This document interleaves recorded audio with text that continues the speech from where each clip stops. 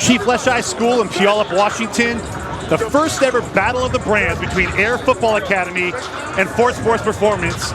Brandon Huffman with 24/7 Sports, and Taylor, we've seen a lot of these guys over the years at camps, 7-on-7 tournaments, high school games. Tonight, nearly 50 Division I caliber players in this game, nearly 50 guys with offers from FBS schools playing in a padded game in the middle of May. Here's to watch. We have a 5-star, 6 4-stars, and a 3-star between the two teams of the top players for FSP. Jabari Johnson, the quarterback. Also, Caleb Presley. Tristan Dunn in the defensive backfield.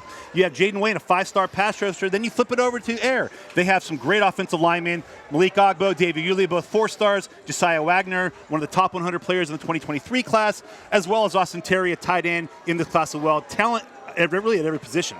Well, you just named a Power 5 college roster right there with Jaden Wayne, the 5-star, being the highlight of the group, and look for him to have a monster night tonight. I think what's going to be fascinating, too, is the coaches here. We have Butch Goncharoff, one of the winningest coaches in national history, 11 state champions at Bellevue High School. He's the head coach tonight for FSP, owned by Tracy Ford, who played for Butch back at Bellevue High School. And then you go across the field to Heir Football Academy. Reggie Jones, the head coach, he's also serving as the defensive coordinator tonight. He's got his offensive coordinator, Ty Van Sligentors. His passing game coordinator is Courtney Taylor. Then you look back what FSP has. You got Vernon Adams, the player that you watched a lot in the Big Sky. He's their offensive coordinator. And then you look at the defense that they have. They got the former XFL Seattle Dragons defensive coordinator calling the defense tonight. Should be a pretty fascinating matchup between the coaches. Yeah, really incredible. You see how good the players are. The coaches are right on par with all of them. Butch Goncharoff has more state titles than I have years in my life. Guy's an absolute incredible coach. Tracy and Reggie, what they've done, the battle of the brands, we'll get into more of it as we go through this game, but truly remarkable, and what an absolutely amazing environment. Seeing the hype. It's not as many people as you see at a college game, but the atmosphere sure feels like it. One of the things we've really seen over the last few years is it's not just about Seattle. It's not just about, the north part of the state. Now the south sound with the Emeka Egbuka a year ago. So many of the elite players are coming out of this region. Yeah, and I think they really kind of had a chip on their shoulder. They kept seeing all these Seattle kids getting hyped and ranked and going on and doing great things. And they said, you know what? I grew up against those guys, competed against those guys. I'm right there with them, if not better. And we've seen it over the last few years. The 253 has just absolutely blown up. And you talk to any college coach now, when they come in for spring recruiting, you better believe they are making stops down in those areas, Lincoln, high school, and all of the above. There's just so much talent. As a college coach at any level, you better be there if you want to be competitive in the state in recruiting. And when you think about the state of Washington, I mean, obviously you grew up in the Northwest, so you've seen the talent that's come through the state. Guys like Steve Entman 20, 30 years ago. Players like Marcus Tuiasosopo. You've had a number of guys, Reggie Williams out of Lakes, but it just seems like over the last 5 or 6 years, and I have a theory on it, maybe it was the Seahawks winning the Super Bowl when these guys were in 3rd and 4th grade, but the state has now become such a frequent stopping ground for all these coaches. I mean, you tweeted earlier today all the offers from where these guys are getting from. We're not just talking Pac-12 schools. We're talking the Alabamas, the Ohio States, the Texases, the Notre Dames. Yeah, it's really different. A high-profile guy, maybe 15, 20 years ago, he was trying to get a local offer to one of the UW, WSU, Oregon State, and then maybe would get an offer from an Arizona and SC. Now, all of a sudden, Ohio State, look at how active they are, signing multiple kids now out here. Alabama active, Florida State, Texas. This is an area now for every college in the country. They assign a coach to come recruit this area. It has become that much of a priority. One of the most fascinating things is that you look at guys like G. Scott Jr. and Emeka Egbuka. They're at Ohio State. 2 years in a row that Ohio State, which can recruit anywhere in the country. They recruited Florida under Urban Meyer. They recruited the Midwest. They recruited the Northeast. But in consecutive years, Ryan Day comes out west to recruit G. Scott Jr. and Emeka Egbuka out of the state of Washington. You have a guy named JT Tuimoloau, who's the #1 player in the country in 2021. Pretty good. Wire-to-wire #1 player on 24/7 Sports out of the state of Washington. He's got a Final Five of Alabama, of Ohio State, Washington, Oregon, USC. But it shows you, 2 of those schools played for a national championship this year, and those 2 schools are in the Final Five for the #1 player in the country from Washington. I'll tell you what, the talent level has gone up, and so has the swag swag level of programs like Reggie Jones and Heir. You know, this is a little different, Huff, than when you and I grew up. I didn't remember running out of one of those with the smoke and fireworks, but these kids, you know what? That is where the game is at now. It has changed, and I think in a lot of ways for the better. And look at the excitement of the kids and the rivalry, and we're seeing it before the game even starts. Taylor, you played in the Orange Bowl against the University of Miami at a college game. You remember what the OB was like back in the early 2000s with the Ed Reeds and Sean Taylor. We got a little bit of a Miami, Florida State inside the Orange Bowl field going on at halftime. All we're missing is Chief Osceola with a fiery torch at midfield, but you could sense the excitement. It's a sellout crowd. Games, the tickets for this game sold out 3 days ago. You got people lining the sidelines. Like we said earlier, there was tailgating before the game. You've been calling the high school game of the week for Root Sports for a number of years. Have you seen an atmosphere kind of like this over those last few years? I'll tell you what, I also have called the Big Sky game of the week for Root, and this resembles more of a college feel than any high school feel that I have seen. Maybe Tacoma Dome, but you didn't see the talent on the field. I mean, you go down these rosters, and I'm not sure many colleges in the country wouldn't say, hey, I'll take this roster right now. It's an upgrade from what we've got. We're all in for a real treat tonight with the talent of these trainers, coaching staffs, and players, and it's like an all-star cast on the sideline right now. I just want to go down there and start taking selfies with people on the sideline. There's so many great players and celebrities and pro players. 2 years on the college circuit and guys going pro, so that tells you the caliber of players you are about to watch in this game tonight. And I look down the field and I see a guy that Nick Saban still wants, JT Tuimoloau, the wire-to-wire #1 player. The first time the state of Washington has had a player as the wire-to-wire #1 and the #1 player in the final rankings. He has yet to make a decision. While we have a lot of 22s that have made some decisions, he has not made a decision. We'll get him later in the game, but we are about ready to get started. FSP will be kicking off to Heir. Back deep was Rashawn Clark and Josiah Wagner. James Young kicking it off for FSP, and here we go. Clark fields it at the 5-yard line. He is taken down at about the 23-yard line. Dempsey James, the 2023 out of Spanaway Lake, gets the start at quarterback for Heir. Coming out in 12 personnel tonight. We'll give you the starting lineups here after the first play. But James led SPSL, or Spanaway Lake to the SPSL title this year, unbeaten. Their first play, they're going to come out, they're going to run the ball, and that ball goes to Connor Noah, and he goes nowhere. Hudson Cedarland out of Gig Harbor with the tackle. Looks like a gain of about a yard there. Let's look at the offensive alignment here for Heir, the strength of their team. Left to right, Vega Ione out of Graham Kapowski at left tackle. TJ Tusi at left guard from Lincoln. Tyler Lawrence at center from Puyallup. His teammate Dave Yulee at right guard. And then Malik Agbo at right tackle for Todd Beamer. The tight ends, Dorian Thompson from Ketbridge, Austin Terry from Kenwater, Connor Noah in the backfield, and Julian Mason from Graham Kapowski and Jordan Dwyer are your receivers. James here in the shotgun. Connor Noah gets the ball and he takes it, and he is off to the races here. Down to the 10, he is going to be taken down at the 3-yard line with a touchdown-saving tackle there. Looks like Andre Piper Jordan made the tackle, but Connor Noah with a big run. And I'll tell you what, Reggie Jones said this week, keep an eye on Connor Noah in the backfield. He had some other guys that had a lot of attention, but he said Connor Noah is going to be a secret weapon for this week. Yeah, and great blocking by the big guys up front. And they go the misdirection, and then you see him just hit the afterburners and go. Ran out of gas a little bit at the end, showing some of the speed of the FSP defensive backs. I think that's Caleb. Nothing to get the quarterback more relaxed in a almost 75-yard run there by Noah. After taking the ball for a 1-yard gain, the next play gets it inside the 5-yard line. It's like we're down at about the 3-yard line. And Heir already, less than 2 minutes into the game, already in a position to put some points on the board. James is under center here. Takes a snap, gives it off to number 20, Jalen Davenport, and he is going to be in for a 3-yard touchdown. And as he scores, so too does It looks like every player in the Air Youth program coming onto the field to celebrate that score. Speaking of Florida State and Miami, that reminds me of when Georgia and Florida played in the world's largest cocktail party. Mark Richt one year was tired of losing to Florida. Georgia scored the first touchdown of the game, and every single play on that Georgia sideline went down to the end zone to celebrate. Yeah, he said it's worth taking the penalty. Let's go establish dominancy. And you see the line doing a good job up front again. And this is just man on man, big on big.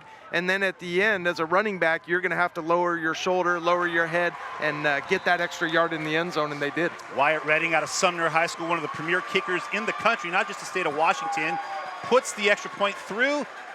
1 minute, 42 seconds into the game, and we have already got a lead. Air up 7-0 on FSP. And, you know, guys like Malik Agbo, Dave Iuli, Vega Ione have their offers coming from all over the country. Wyatt Redding here with the kickoff. It's going to be fielded just inside the 5 there. Wesley Garrick out of Kamiak High School gets out to the 25 before he is taken down. Number 19, Eric Navarro out of Yakima, East Valley on the tackle there. So FSP takes the field for the first time. Takes the field for the first time on offense. They will be led at quarterback by Jabari Johnson, the number 2 dual threat quarterback in the country out of Lincoln. Butch Gontroth, the former Bellevue head coach, is their head coach. Vernon Adams, the former Pac-12 newcomer of the year, Big Sky player of the year, calling the plays for FSP.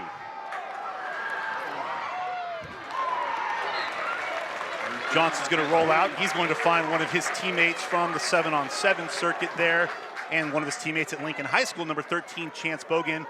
Let's get another look at FSP starting offense. From left to right on the offensive line, Mark Nabo and Papa Afua, both out of O'Dea High School. Landon Hatchett at Ferndale High School at center.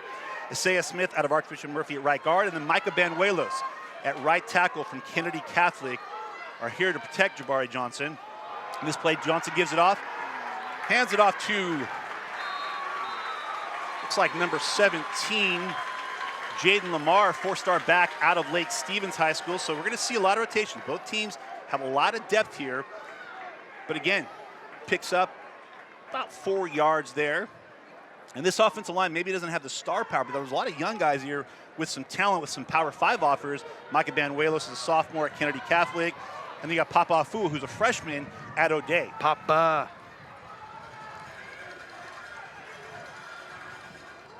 Johnson under the gun. He's going to hand it off there. He gives it off to number 32. That'll be, or number 22, sorry, Isaiah Carlson out of Ferndale. We have him as a 4-star linebacker on 24/7 Sports, but make no mistake, Isaiah Carlson wants to run the rock. Very reminiscent of a couple guys that you and I have both seen over the last 2 years, Julian Simon and Miles Jack. Yeah, and one thing Tracy Ford talked about was how good this stable of running backs is. He felt like this was really the strength of the team, that he could go with any one of them and they're going to make plays like that. And I'll tell you what, I think you and I could have made a play like that with the hole that the big guys up front just gave him. And that is some Butch Gontroth football right there, isn't it? Getting that run game going. Very much so. There's been many games where we watch Butch Gontroth call a game and we have no idea who had the ball, but he gets 12 yards.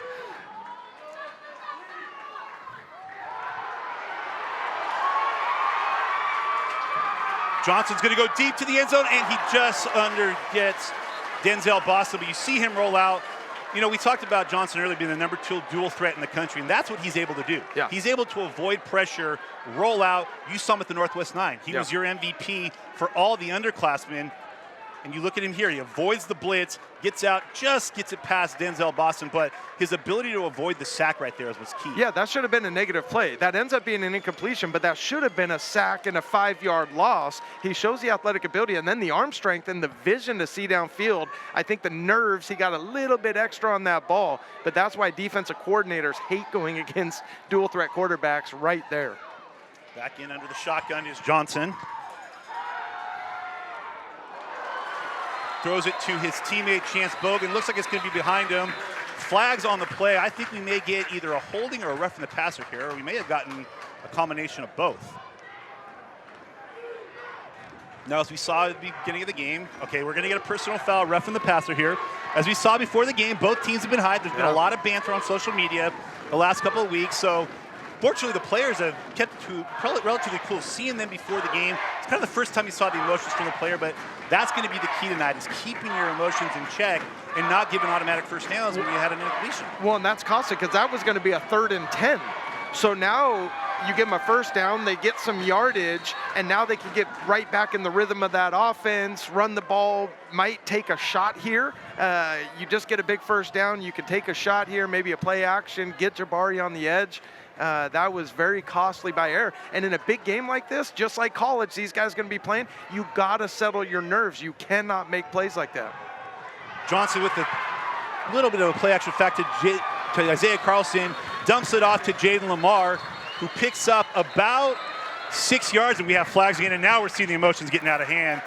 Chance Bogan loses his helmet. He and the corner who was on him, I don't know if the camera's gonna be able to pick that up, were jawing at each other, pushing well past the whistle. Helmets went flying, flags went flying. Guessing we're gonna get offsetting penalties here. When you see early on what FSP wants to do is establish the run and then get that. And they are going to be offsetting, yeah. And for FSP, if they can get that run going, well, now the defense has to start bringing guys in the box. They have to start respecting the run, and now you get Jabari pulling it with that run-pass option, getting the ball into his athletes' hands in space, and he's definitely got a lot of athletes to choose from on this offensive roster. Single back with Isaiah Carlson in the backfield. Johnson in the shotgun. Takes a snap. Gets it over to Denzel Boston, who going to pick up the first down and then some. Gets inside the 10-yard line. Gets a key block outside by, it looks like, number 85.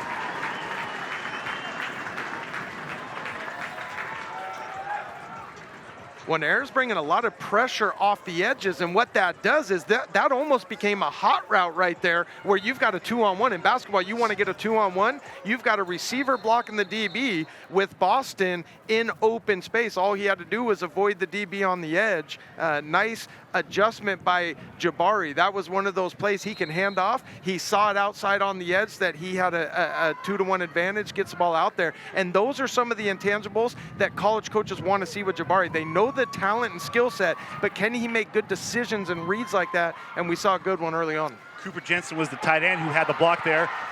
FSP gets the ball, hands it off to Isaiah Carlson. He takes it up the middle, picks up the touchdown, and just like that, the perfect way for FSP to answer is to drive downfield and score. Their players in the end zone did the same thing. Ran out, so now we got Florida, Georgia times 2. Hopefully we're done seeing that. The best part is watching the reaction of these refs not knowing what to do. They all want to throw a flag. It's all what they've been taught, and they're looking over there going, but what do we do? And again, you see the physicality at that running back position, the size and strength and vision.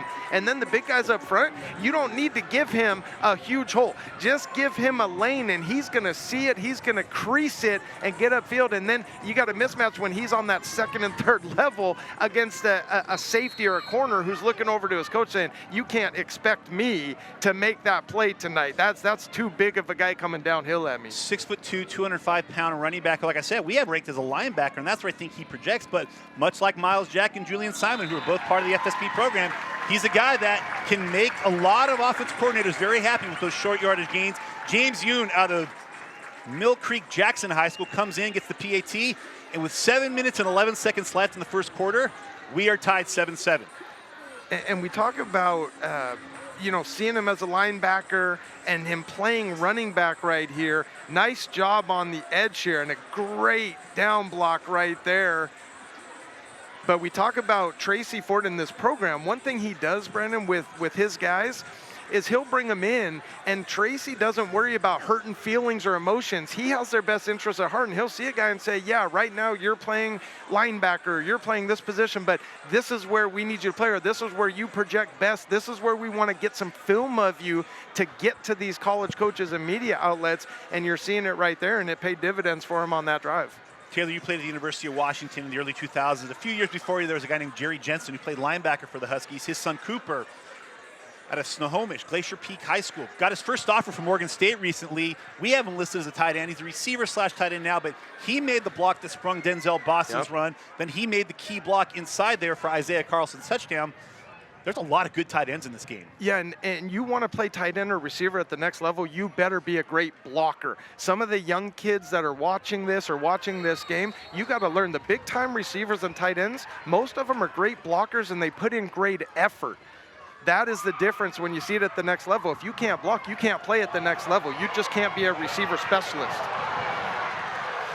Ooh, big hit there by number 20.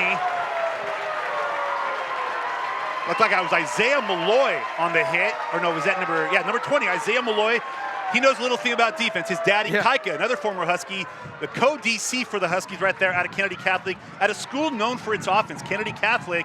It's Isaiah Malloy, who was the anchor of that defense this year, giving a big hit there to David Wells out of Lakes High School, who was in on the kick return there. But what a hit by Malloy. Yeah, and shed the block. And Tracy Ford said that about him. Said he's not the biggest guy on paper, but you can't measure his heart. He just plays hard and fast at all times. And you saw an example of that there. Dempsey James back in at quarterback for Heir. He's got Jalen Davenport to his right in the backfield. Dorian Thompson, tight end, split off to his left. Julian Mason, known as Juice, goes in motion. The ball's going to be handed off to Davenport here, who picks up about 3 yards before he's brought down again by Hudson Cedarland out of Gig Harbor. Let's take a look at the FSP starting defense, since we didn't get a chance to talk about them with that quick score. Jaden Wayne at defensive end, the 5-star out of Lincoln. His teammate, Tua Tala'i'i, out of Lincoln as well. Ruben Leatua out of West Seattle. Andrew Savayanea out of the Dallas, formerly at Eastside Catholic. At linebacker, we've said his name a couple times, Hudson Cedarland. Braden Platt, a true freshman out of Yelm. Dallas Daly from Eastside Catholic at outside linebacker. And the secondary, Caleb Presley from Eastside Catholic. Tristan Dunn from Sumner. TJ Crandall out of Skyline. And then Andre Piper Jordan out of Federal Way makes the FSP secondary. But some rotations in here on the defense. Empty backfield. James is going to get the ball over to number 9. Going to Julian Mason. Juice is the kid, and this is one of the other things we talk about, is how many of these guys we watch this game, we've been seeing since they were young, playing in your youth 7-on-7 tournaments on the 7-on-7 association. Juice there, now a 2022 player, and they're gonna go a quick snap. And sometimes when you see that, an offense doesn't get set when they try and go a quick snap like that. Yep, and we see it right there, and it comes back. So you're trying to hurry up, and it's 3rd and inches, and just get a quick, cheap first down. And now it puts you in 3rd and 5.5 to 6 yards, and now you're in a little bit of a hole. But going back to Juice Mason, absolute warrior. This kid, when you talk about a nonstop motor, a kid that coaches love coaching, he is your example guy. When you say this is the guy we want to be the face of the program, leading our off-season workouts, first guy in the meeting room, doing everything right, that is him. He's got talent with it, sure-handed, and a great route runner. Kid would come to every one of the Northwest 9 tryouts just to catch for all the different quarterbacks. He just loves to work. He loves to get that work in, and was a big reason why Grand Capacity went 6-0 this year. James is going to be flushed from the pocket. He's going to find Juice Mason for a first down. He's going to take a big hit from number 27, Jordan Velasquez, and that's going to cost FSP with the helmet-to-helmet here. Mason stays there, stays cool, makes the catch, picks up the first down, and now we're going to add 15 more, and now FSP, their inability to keep the emotions under control is going to move the chains even further for Heir. Well, we talked about Jabari's athletic ability. How about this right here? Buying time, stepping up in the pocket, and it's keeping the eyes downfield. One thing I tell young quarterbacks, I say, listen, you cannot see pressure because you're not seeing downfield. You've got to feel pressure and see downfield. If you saw his eyes there, he kept him downfield at all time, felt the pressure, stepped up, rolled out, had the run-pass option, found a guy downfield, gets a big first down. You know, Michael Balzerini and Isaac Madrigal have been the main quarterbacks for Heir's 7-on-7 team, but Dempsey James went 6-0, took Spanaway Lake to the SPSL title. This kid's a gamer, and he hasn't lost a football game in this calendar year. Gives the ball there to Jalen Davenport, who's going to be taken down once again. Hudson Cedarland, that's at least the 3rd tackle for minimal game. This one looks like it's going to be a loss. Cedarland lost his helmet on there, might have lost a little bit of blood from his nose on that one, but gets the tackle in the backfield. They're going to say it was no gain, but Hudson Cedarland, who's got an offer from Oregon State, he's going to take an official visit to Corvallis. Taylor, you spent some time there as a graduate assistant, and I know Oregon State, Jonathan Smith spent some time as the offensive coordinator at Washington. He wants to recruit this state. Yeah, kids like that. You get kids like that, your roster gets better, you win more games, you keep your job. It's pretty simple, and we've already seen how many plays he's made today, and that was what Tracy Ford talked about, was he was the leader of that defense in all of their spring ball and practices. James is going to look like a receiver screen, but there was a host of FSP defenders wearing white in the backfield. That ball bounces short of Jordan Dwyer. It's going to now make it a 3rd and long for Heir, but we know there's a lot of college coaches tuning in. We know they're watching. Hudson Cederland's been a guy that I've been saying for months is a Power 5 guy. Oregon State was the first to take a shot at him.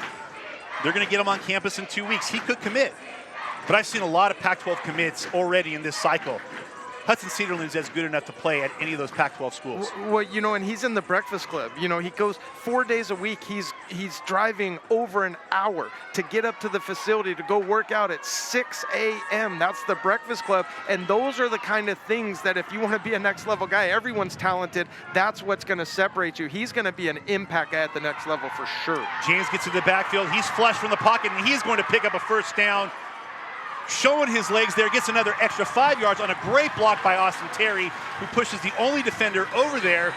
And James picks up about 16 yards there on the 3rd and long to give Heir a 1st down. Let's go back to Austin Terry there. We talked about Cooper Jensen making some key blocks. Austin Terry, he plays at Tumwater High School, Wing T program. He's used to blocking. He's flexed out there, though, and he goes back to his root principle of making a block. Brings his quarterback for an extra 5 yards. Well, if you want to, you got to be unselfish to be a great teammate.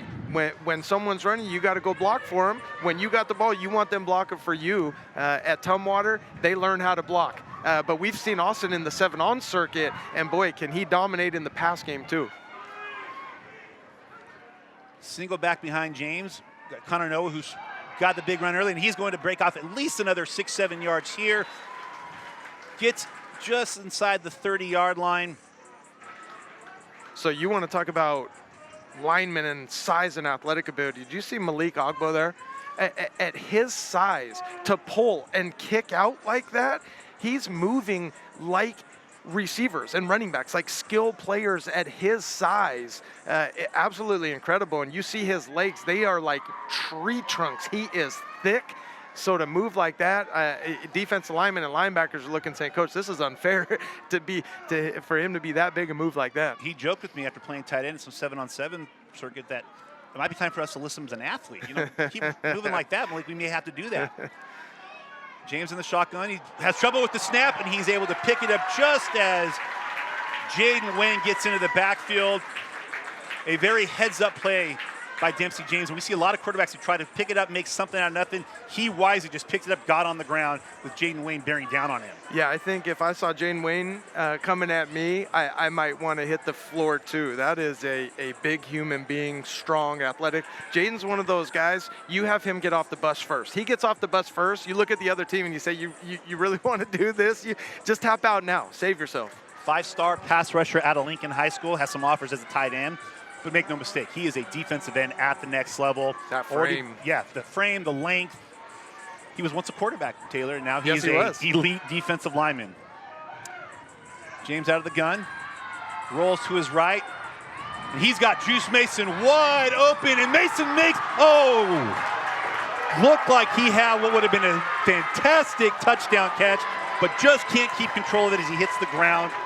What a throw. And so this was a rollout, and Juice was going to run a comeback, but he ran by the DB, put his hands up, quarterback identifies it, and delivers an absolute dime, and Juice stretches out and just can't quite turn his shoulder and come down and hold on to it. But we talked about his ability at that receiver position, and that's it. You know, if you're not as tall as some guys, or maybe you're not the 40-yard dash time as some other guys, then you got to be great with routes. You got to know how to find windows in the zone and do that right there. Change your route mid-play and trust your quarterback to find you. We got Wyatt Redding on for a 52-yard field goal attempt. Snap is down, the kick is up, and it's just short. But I'll tell you what, I've seen Wyatt Redding kick. I was at a game earlier this year between Puyallup and Sumner. The kid won the Chris Saylor kicking competition down in Las Vegas. He has got one of the strongest legs in the United States, but tonight there is a breeze. There's some wind going on. We're feeling it up here, and it looks like that one might have just got caught up in the wind, but it was on track to be made. But again, hey, what I like what we're seeing here is we're not getting too cute. We're not trying to run a fake on 4th down. We're not trying to, run any kind of passing play. It's playing a football game. Go for the field goal. You got a kicker who can do it. More often than not, he's going to make that kick. This is a college game. These coaches approach it that way. They were walking the field like coaches do before a game. Don't just think these players want to win. These coaches and all the trainers involved in these programs want to win this game equally as bad. Johnson back in. He got split back between Isaiah Carlson and Jaden Lamar in the shotgun. He's going to give it off to Carlson, who scored the touchdown earlier, and he's going to pick up about 4 on that. Taken down by Josiah Wagner, 2023 prospect out of Spanaway Lake, who's teammates with Dempsey James. He was the SPSL Player of the Year. James led him to the title, but Wagner, a top 100 player national, the number 3 player in the state in 2023 with the tackle. Wagner really blew up this last off season. His status, his rankings, watching him week in and week out in the 7-on circuit go against these top receivers and top teams and absolutely shut guys down. Speaking of players whose stock has grown up, in the backfield now is Jason Brown, 2024 running back out of O'Dea, has an offer from the University of Washington, has an offer from Texas. Jabari Johnson's going to roll out, pick up about 2 on that one. Looked like that was a design run. But going back to Jason Brown, who's there in the backfield, Steve Sarkisian, new head coach of the University of Texas. The first 2024 prospect in America he offered was a running back from Seattle. Taylor, this is going along with a theme here. Yeah, it really is. And Sark, familiar with this area, he knows the talent. And you see the running backs that FSP has, you got guys coming off the bench that have offers to Power 5 schools all around the country. Pretty incredible. Johnson in the gun here on 3rd down. He's going to be flushed again. He's going to run, and he's going to get taken out of bounds. Kiki McQueen there for a minimal gain here, and we're going to have the first punt of the night for FSP. And that was great coverage. That was absolutely great coverage downfield. You see Johnson extend the play, and that's usually when a DB loses sight of a receiver is able to get downfield, get open, but that was some sticky defense by the secondary for Heir, and they force a punt here. And keep an eye on the snaps here. You see it in just a regular shotgun. We saw it on the last series for Heir. Punt snaps is something entirely different. That's why guys in the NFL get paid to strictly do that, because many teams have lost ball games. Coaches watching right now are shaking their head going, yes, I can recall a game where that bad snap cost us. When we look at it, again, special teams, not always the focus of games like this. Get that one out the way. All right, we're going to test it down to Drew Damage down on the sideline, who is with one of the special guests tonight, who we talked about earlier, Connor Weddington. How you guys doing? We are live and direct from the sidelines at the Battle of the Brands, first ever FSP versus. Well, we live now? Here we go. I'm sorry about that. Hey, we are live from the sideline, live and direct from FSP versus Heir, the Battle of the Brands. I have with me Connor Weddington, Stanford standout. You are now a Seattle Seahawk. How's that feel? It feels great. It seems like just the other day I was in these guys' shoes, with Tracy Ford at the FSP program, and it's been going great. The whole time when I was young, I went through the program, went to Stanford, played there. Now I'm a Seattle Seahawk. I trusted the program, and it's great to see what these guys have put together for this game right now, because this is going to have a huge impact on all these kids in this whole region. So, quick question for you. Coming out of high school, if you had this opportunity to play club football in the spring, what would it have meant to you? Oh, man, if I had this opportunity, no doubt I would have played. There's a bunch of ballers, man, in Washington, and you can see it in the league. Jacob Eason, Miles Jack, Buda Baker. There's countless of guys from Washington that are in the league. Washington can play football, and I think what Tracy and Reggie are doing, putting these two programs together, having club football, is definitely going to help the recruiting in this state, because, this state got ballers. Yes, they do. They have ballers. So who do you have today, Team FSP or Team Heir? Team FSP, 3 strike. Let's go. You know it. Back to you guys up top. All right, thanks, Drew. Connor Weddington, one of my favorite kids to cover in all these years. You got to see him when he was a youngster coming to your camps. playing 7-on-7, played at Sumner High School, still had, and you were on the call for that game. One of the most memorable plays in Washington State history, his kickoff return in the Sumner Graham Kapowsin game. Graham Kapowsin had just tied it, and then Connor Weddington went to work.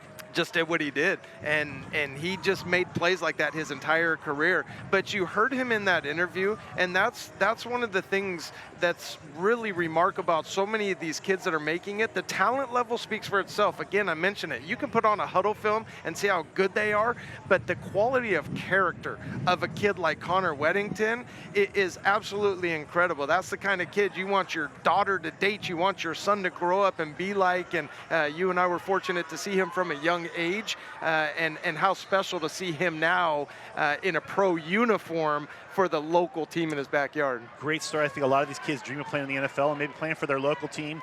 We are just about to start the second quarter with Heir taking the ball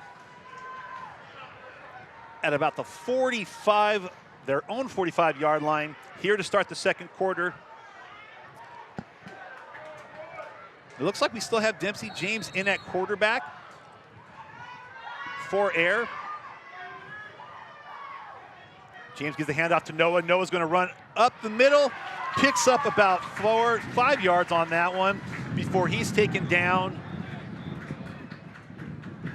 You know, Huff, you mentioned Dempsey James. So Reggie Jones had said for his quarterbacks, each one, initially they were going to say each guy's going to get a quarter. Then he said, hey, each guy will start a quarter and we'll kind of see how you're playing. Well, obviously the confidence level he has in Dempsey is very high, because here we are getting to another quarter and he's still rolling with him. So that's just a testament to how good this kid has been all off season for them. Well, and that's why you heard a little confusion. Now he hands the ball off to Connor Noah, who picks up a first down, picks up about another 8 yards on that before he is taken down by Tristan Dunn, four-star safety out of Sumner. You know, that's why my voice sounded a little surprised that Dempsey James did start the second quarter, because, as he said, they were going to start a new quarterback each quarter, but they're riding the hot hand. James got him down for a touchdown on the first drive, took him on a drive, at least had a field goal attempt on the second drive, so you keep dancing with what brought you there. I think this game is so big for him because Jabari Johnson, we know the dual threat ability, same class, and I think he's taken it as a challenge to say, okay, I'm going to get on the same field as him, we're in the same class, and I'm going to show everyone that I can play right there with him, and so far, he has shown that ability. Well, he's already beat Jabari Johnson head-to-head once in the season opener when Lincoln went down to Spanaway. Like, a lot of people thought, you know, maybe Lincoln's down. No, what we didn't realize is that Spanaway Lake was going to be very good this year. Yeah, and it starts with him, and there's talent down there, but you want to win games, you got to have good, steady quarterback play. When you have elite quarterback play, now he's not a guy that is a run first and then pass. He can beat you with his arm standing in the pocket. He can beat you with his legs. He can beat you with his mind. He's really a true triple threat guy.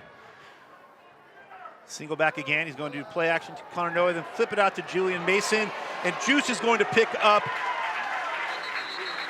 about 6 yards, and there's a penalty marker on the flag, on the play, taken down by Braden Platt out of Yelm High School, freshman. But I think they may be getting Jordan Velasquez here, unless there's a hold on Velasquez. Looks like there might be a hand to the face, so they're going to give holding. Yep. So that's where the hands in the face were getting I like what both offenses are doing. When you get a game like this, and we talked about the nerves and everyone wanting to go make big hits, you got guys coming off the edge, guys over pursuing. Both offenses said, okay, let's get it on the edge just in a quick game. Easy throws and reads for our quarterback. Not even a read, just get it out there.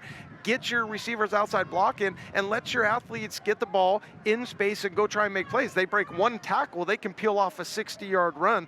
I like that. And what it's going to force the defense to start doing is clamping down on it. Now you'll start getting a pump and go and watch the outside receiver stock block and then go. I think we're going to see something like that here shortly. Well, here's one of the twists. Josiah Wagner, their starting nickel, into the backfield. He takes the handoff, bobbles the ball a little bit before he is taken down for about a 1-yard gain. That could have been disastrous for Heir, but Logan Platt, his brother Braden had the tackle on the last play. Logan Platt gets over there and he trips him up. He's going to bring up a 3rd and long situation for Heir. A drive that was getting positive yardage. Looked like it picked up a first down, but a holding penalty brings it back. And again, you know, in a game like this, mental mistakes happen. Yeah. Physical mistakes happen, but it's how you respond to them. And we'll see how Heir does here, but on that very next play, almost another fatal mistake again. When this big, you don't need to get a first down here, just get enough yards to get in field goal range. We've seen the leg of the kicker. He is able to make it from a pretty far distance. So even if you don't get the first down here, if you get enough yards, you're in field goal range. Right now, you're not, and you would have to punt. So I think strategically, 3rd and 14 here, you don't necessarily want to try and get it all, throw an interception or end up punting. So strategically, that's the chess match I love to see with coaches too, is what they're thinking, what they're doing, how they're approaching it. And for both of these staffs, you've got, it's kind of a who's who list of guys that have done great things as both players and coaches in their careers. Well, and if you look at the defensive coordinator for Heir, Clayton Lopez, he spent 16 years in the NFL with the Seahawks, the Raiders, the Lions, the Rams. He was a defense coordinator for the Dragons. But then across the field, Tyvon Signators, he's been their play caller for Heir on the football field. And then Courtney Taylor, some good coaches here, but we're going to send it down to a commercial. Just kidding. All right, we bring up a 3rd and about 14 situation here for Heir. At the FSP 41, James still in at quarterback. One back in the backfield.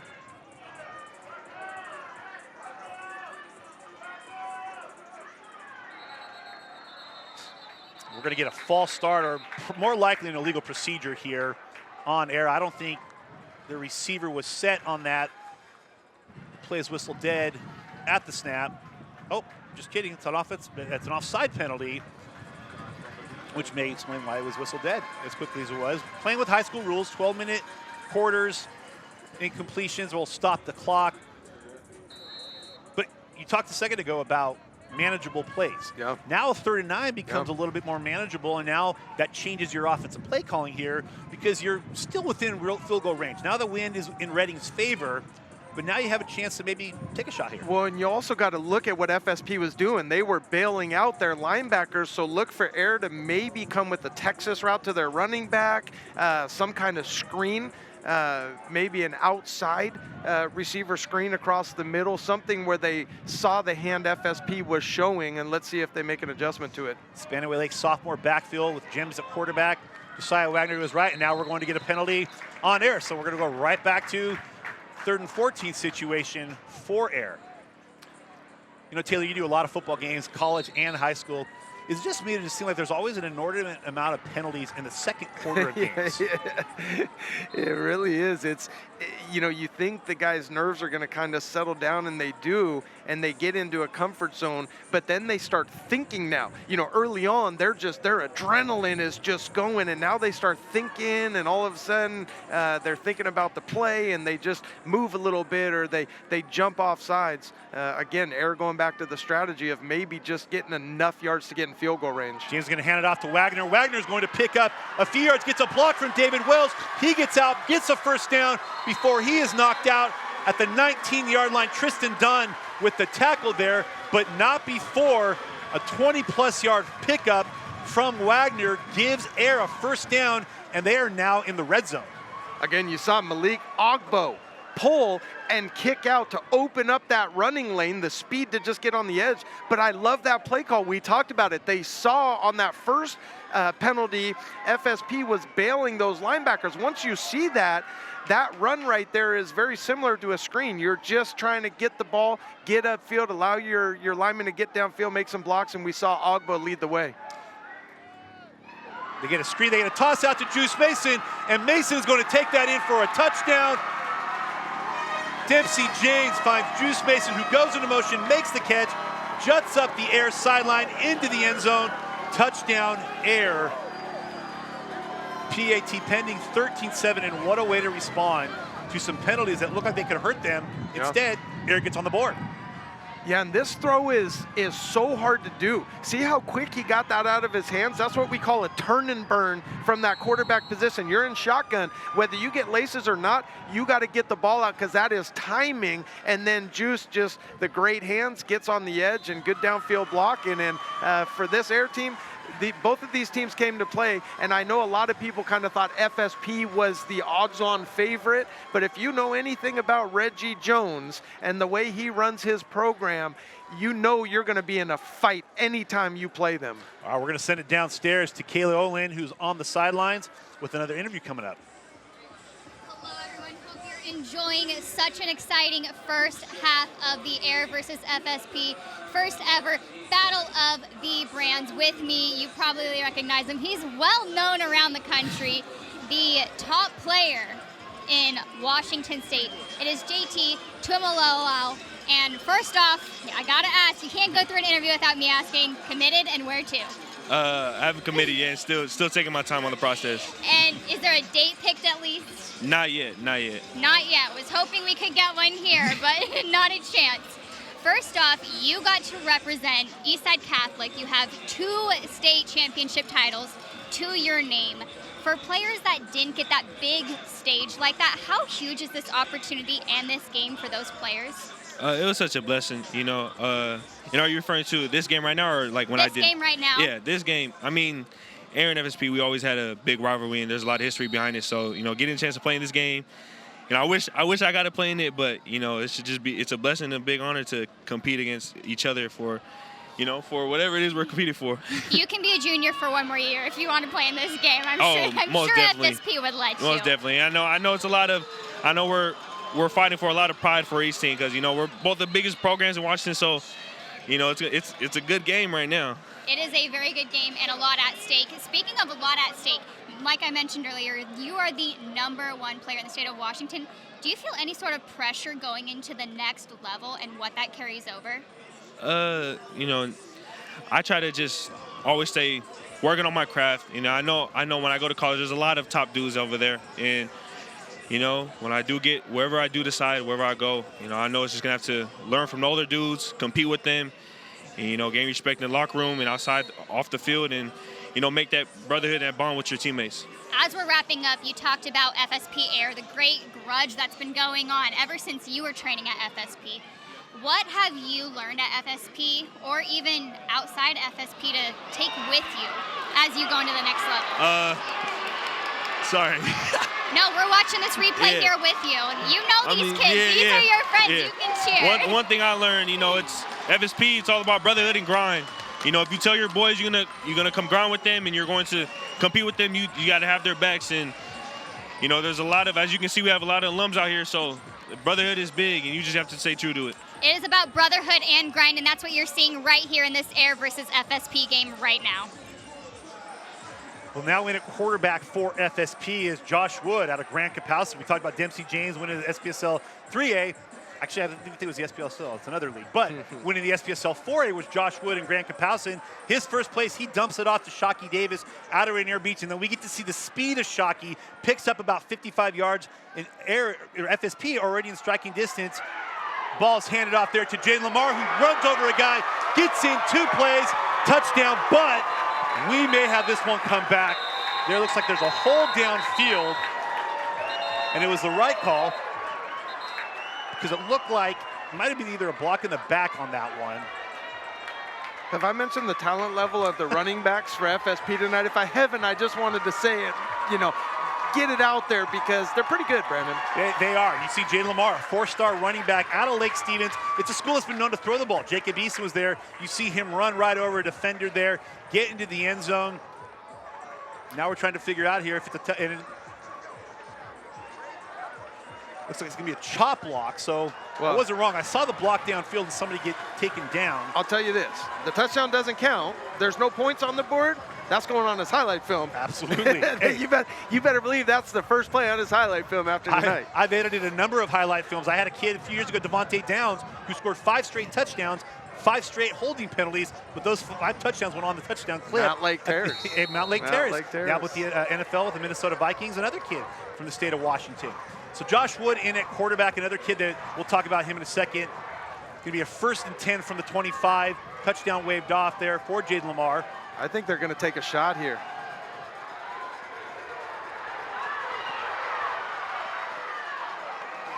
Wood's going to be taken down for about a 6-yard loss. There's a flag on the play. I think we're going to get a holding here on the offensive line. It's going to knock this back. Air's going to have the choice here. Are they going to take the penalty or are they going to take the sack? Make it a second. They're going to take the penalty.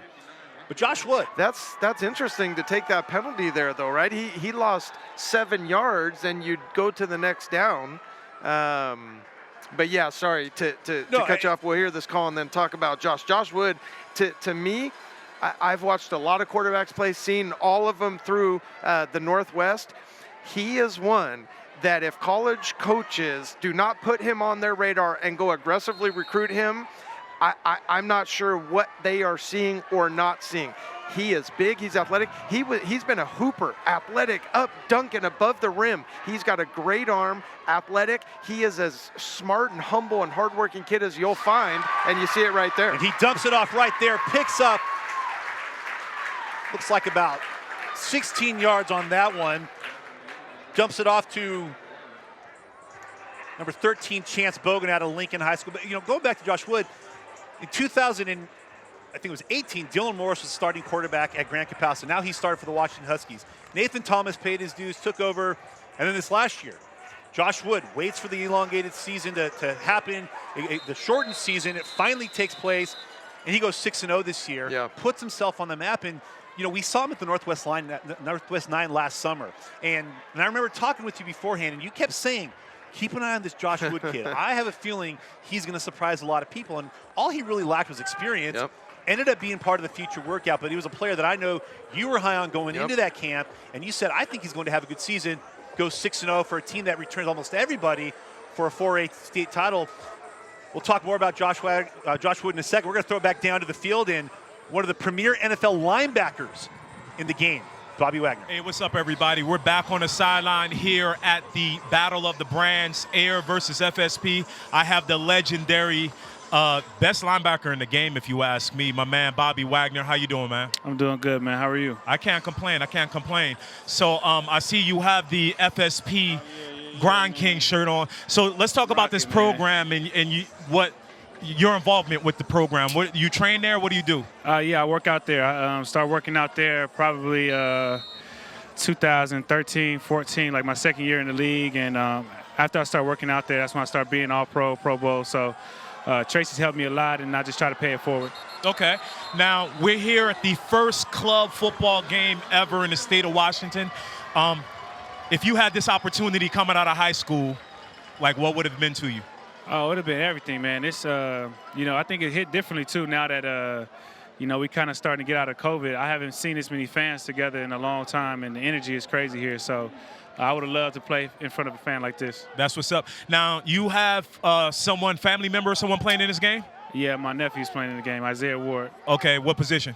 He played DN. DN. All right, how's he doing so far? I think he's doing good. You know what I'm saying? We got to make some plays and make up this lead that we behind, but we're going to get it done. That's what's up. That's what's up. So I want to thank you for stopping by, saying what's Appreciate up. So you. I'm assuming you all team FSP for this FSP. one.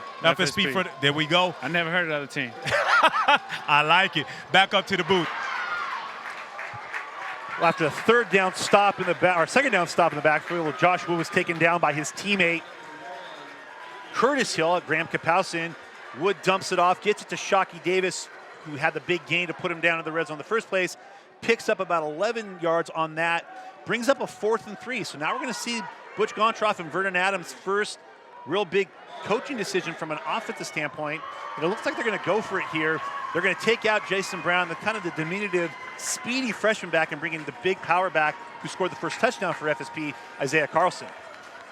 Yeah, I don't think you can go wrong handing the ball off to him and asking him, even if there's a guy unblocked, just lower your head and shoulder and lunge forward and go get us a few yards to get the first down. Well, Reggie Jones, the defensive coordinator / head coach for Heir, is going to call a timeout there after seeing what FSP is going to do. Now, when I talked to Reggie earlier in the week, just getting his thoughts for this game.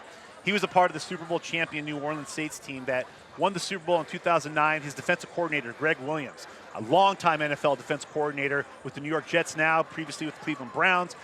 And I asked him, you know, who is his coaching influence? And he said, Greg Williams, 100%. And you see the way his defense is attacking, the way his defense is very similar to what Greg Williams has done for a long time in the NFL. But we're going to take a break here, get a word from our sponsors.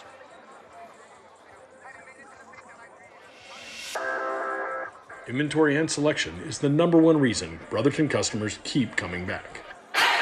Our mission to support local organizations goes hand in hand with our understanding that consumers expect more from the companies they buy from. We have active, long-term relationships with community partners that exemplify great service, great connection, and great overall experiences. We have a special invitation for you to become a Brotherton customer. Visit us today in Renton, Shoreline, or online at buybrotherton.com. All right, 4th down. Josh Wood takes the snap. He's going to find, but it's incomplete. There is a flag on the play. But it's going to be holding on FSP, so it's not going to matter. But then we get a penalty on the sidelines over there. Now, Yep, and that's the emotions, and that's the discipline. I get it. Be emotional. Be emotional. Have some passion, but be disciplined. yeah, but it's going to come after the play. It's going to be unsportsmanlike conduct on the Heir sideline. So it's not going to give the ball back to FSP. Heir will hold on to the ball, but it will push them back just a little bit. I'll tell you what, you wanted to see what Josh Wood could do? That's a 4th down. That's a pressure situation, and there he is extending the play and dropping a dime. Now, the ball wasn't caught, but again, if I'm a college coach watching that, I see him, I see his frame, I see his calm, cool demeanor, the physical ability, the athleticism, the arm strength, and I'm saying he's definitely better than at least one guy we got on our roster, if not most or all of them. I think what his stock is going to keep doing, he's going to be at that elite national level over the next few months. And the ball was certainly there. Now, in that quarterback for Heir with 4.5 minutes left in the second quarter is Micah Balzerini out of Puyallup High School. He will take over for Luke Holcomb, who's headed to Washington State. Balzerini will get his first snap. Looks like he has a miscommunication with his running back. Goes for the handoff. The back's not there, so he has to run. Well, loses a couple yards on that I'll tell you what, as a former quarterback, that's a tough position to be in when you come in a really emotional game and you have that bad of starting field position. If I was there, I might have said, hey, we'll give you the next one. We're so close to our end zone here. We're limited in our play calls, but they went with Micah. There was a little, as you said, miscommunication, and that happens in these. You can see handoffs all the time, but those mesh points are different with all the different running backs and receivers. And in a game like this, when guys haven't been playing together in camp and off season like a high school, you're going to see plays like that. Balzerini in the 2nd down, hands it off to Noah. Noah picks up a couple yards, gets out across the 15 to about the 18-yard line before he is brought down by Hudson Cedarland, the middle linebacker whose name we've said quite a bit tonight out of Gig Harbor. Yeah, I mean, he was the one. On both of these rosters, the coaches can rave about everyone, but Hudson was the one for Tracy Ford that he raved about him the most. He just felt like the talent, the heart, what he meant to that defense in practice, in walkthroughs, in meetings, and he lived it in his effort and willingness to be driving up to the facility so long, multiple times a week. That commitment level is rare for a super talented kid like that. 3rd and about 6 here for Heir. Balzerini's going to go back to Noah. Noah is not going to be getting nearly enough to pick up the first down. He's going to be taken down on that by number 18, Jaden Wayne, the 5-star defensive end in the 2023 class out of Lincoln High School in nearby Tacoma. And Taylor, you look back at the end of that last series for FSP where Heir did get the sideline warning. It pushed him back only about 5 yards, but like you said, it put him inside their own 20. Yeah. You had the miscommunication, and then you kind of had to play conservative the rest of that drive. Yeah, I mean, at that point, they just kind of tapped out. They waved the white flag and said, okay, we're basically going to live to punt this, try and take some time off the clock. Strategically, they got that out of the last couple plays, but for FSP, you got to be licking your lips here. You should be starting in Heir territory by the time this play is over. Wyatt Redding back to punt. Goes to Wesley Garrett out of Kamiak High School, who picks it up, and he bakes it out to the left side. And he's got some yards on the left side. He goes up the left sideline, cuts it back inside, gets inside the 30, down to about the 23-yard line before he's taken down by Mario Murphy out of West Seattle. But a big play. In fact, if you watch the punt there, it bounces off one of the Heir gunners coming down the field right to Garrett, who picks it up, makes a cut to the right, gets out to his left. And it's almost right back to where they started their last drive at before the penalty nullified a touchdown. He reminds me a lot of Julian Edelman as far as the return game, and he's really smart. He's a headsy player, heavy special teams. We've seen him though as a skill player in this game, but a very nice return. And for FSP here, they need to capitalize. When you get this starting field position, you're able to get into the end zone here, tie this game up going into halftime. You're going to feel a lot better about yourself than going down 14-7 and giving up this opportunity. So you got to punch it in here. You feel great about where you're starting, but you got to get points on the board. Garrett plays for my guy Brian Thomas up there at Kamiak High School. And Wood hands it off to Jason Brown, and Jason Brown shoots up the middle, picks up about 12 yards and a first down. FSP is down inside the 15-yard line, down to the 12-yard line. And Taylor, we talked about Jason Brown earlier with the offers from Texas, the first running back that the University of Washington offered in state in the 2024 class. He comes from a high school that Washington had a great running back, Miles Gaskin. Jason Brown drawing a lot of comparisons to Miles Gaskin. Yeah, when you're getting referenced with that name, you got to feel pretty good about yourself. The coaches have raved about him, and he's at a school that's going to feature him a lot.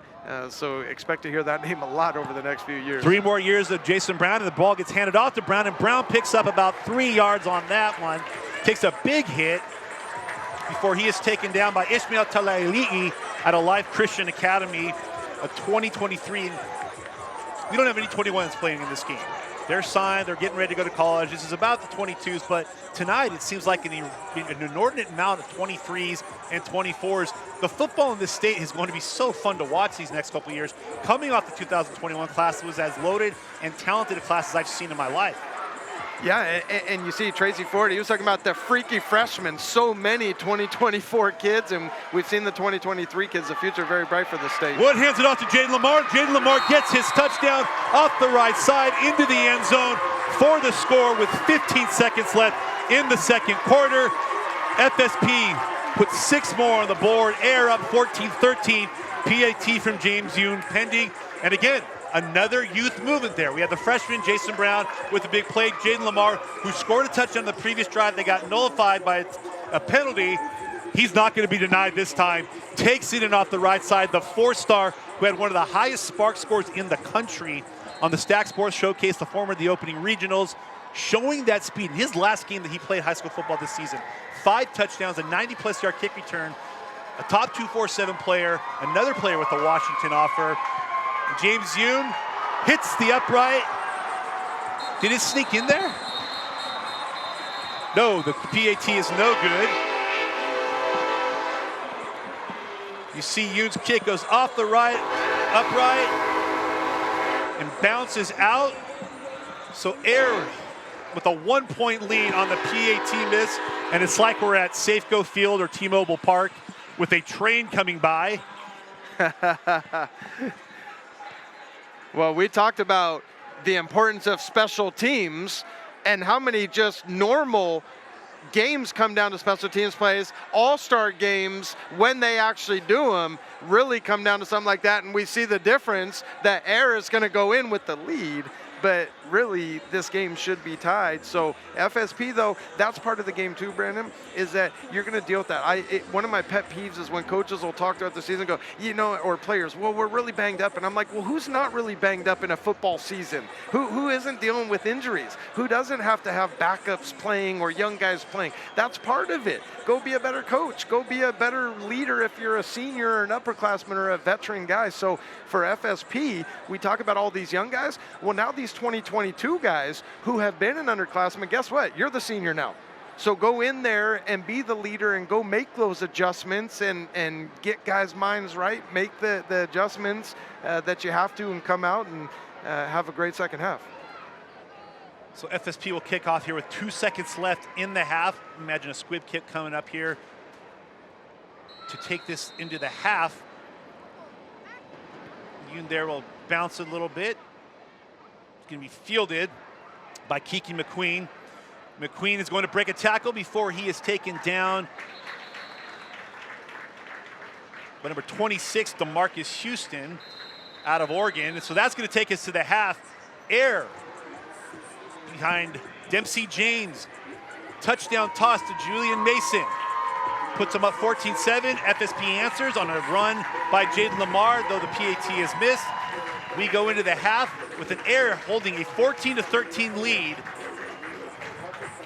Thanks, Brandon. Thank you, Taylor. What a great first half. With me is Reggie Jones, the head coach of Heir, currently up on FSP. This first half, did it go as planned? Yeah, I mean, they're a good team. We knew they had ball players. We got to make some more plays, and we got to stop them. Jalen Davenport opened up that very first drive with a great run for a touchdown, broke about 2 tackles. Was that as designed? Is that who you really wanted to get the ball going and in his hands? Yeah, so that was actually Connor Noah. And Connor Noah, he's a stud. He's from down in Kelso, and we expect him to have a couple more of those this game. What are you going to tell them at halftime to keep this momentum up? You know, that we got to do our job. Keep doing our job, play our game. We'll be all right. Heir is doing their job, and we will see if they continue doing their job with this second half of football coming up. Thank you, Reggie, and Thank good you. luck. All right. Back to you, Brandon and Taylor. Sweet. Thanks, Chief. Right before half with Coach Butch from Team FSP. We're going into the locker room. You're down by 1 point. How do you feel that you guys are playing right now? You know, I think we're playing well. I think we got to stop with the penalties and making mistakes. I mean, I think both teams look fired up, which makes sense, but it's led to some mistakes, which have hurt ourselves. But we got some corrections to make. We'll be fine. You'll be fine. So during halftime, what was a major correction or emphasis that you figure you needed to focus on? Honestly, just composure and nothing. Don't get under the lights. Start doing your own thing. Start making plays. Don't be a hero. Just play within the system, and we'll be fine. That's what's up. Now, this club football, you've been in a football game for a very long time. Yeah. Multiple state championships. Yep. How do you feel about this new movement that's taking place? Well, you know what? I mean, I think it's, first of all, I think it's here to stay. Second of all, I think what's cool is this whole spring football idea. Kids can still play for their high school teams, and it gives something, these line guys especially, something to do.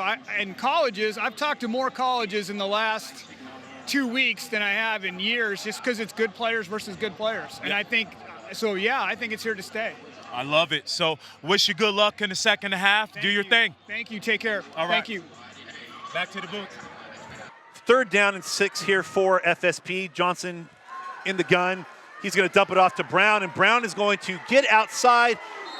He's going to creep across, just across the 30-yard line, pick up a first down, and then a flag is thrown right on the FSP sideline. The question is going to be, is it going to be on the FSP sideline or is it going to be on Heir after they made the tackle on the sideline? But Jason Brown there, we talked about earlier this week, the talent of these running backs, but it's also their ability to catch the ball. And I saw Jason Brown a lot on the 7-on-7 circuit. He's got great hands and does a great job picking up the first down there. Well, we talked about receivers and tight ends needing not just being route runners, but needing to block. Running backs, conversely, need to be able to catch the ball. You know, before you used to have a 1st and 2nd down back, and then your 3rd down back came in on pass plays. Well, now offenses need a running back with the way they run their systems. You need a guy that can run and catch. If you can't do that, you're not going to find the field. That's going to be a 15-yard penalty against Heir. Moving the ball out to the 45-yard line. Isaiah Carlson in the backfield with Johnson out of the gun. Johnson's going to step up in the pocket and get nearly picked off, get knocked away by Kiki McQueen, who tips it, then almost picked off by his teammate, Michael Westbrook, on the deflection.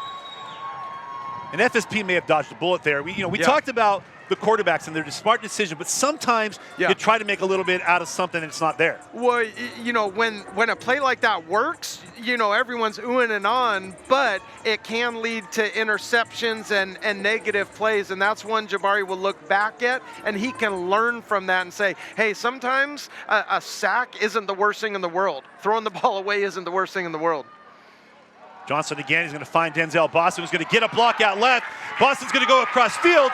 He's going to pick up a number of yards here, out across midfield into Heir territory. He's going to go down at about the 33-yard line before he's taken down by Travell Johnson, the future linebacker heading to the University of Texas. He's living in the state of Texas, but formerly from this area, from Lakewood, Lakes High School. And it's funny, you know, I look back and I look at how many years Lakes has been putting out players, and then there's been a number of players that have moved away from Lakewood because their family's in the military. Travell Johnson, Philip Riley a year ago went from Lakes down to Florida. He's head of the University of Notre Dame. So just think about how much more calendar to be in state if these guys were able to stay.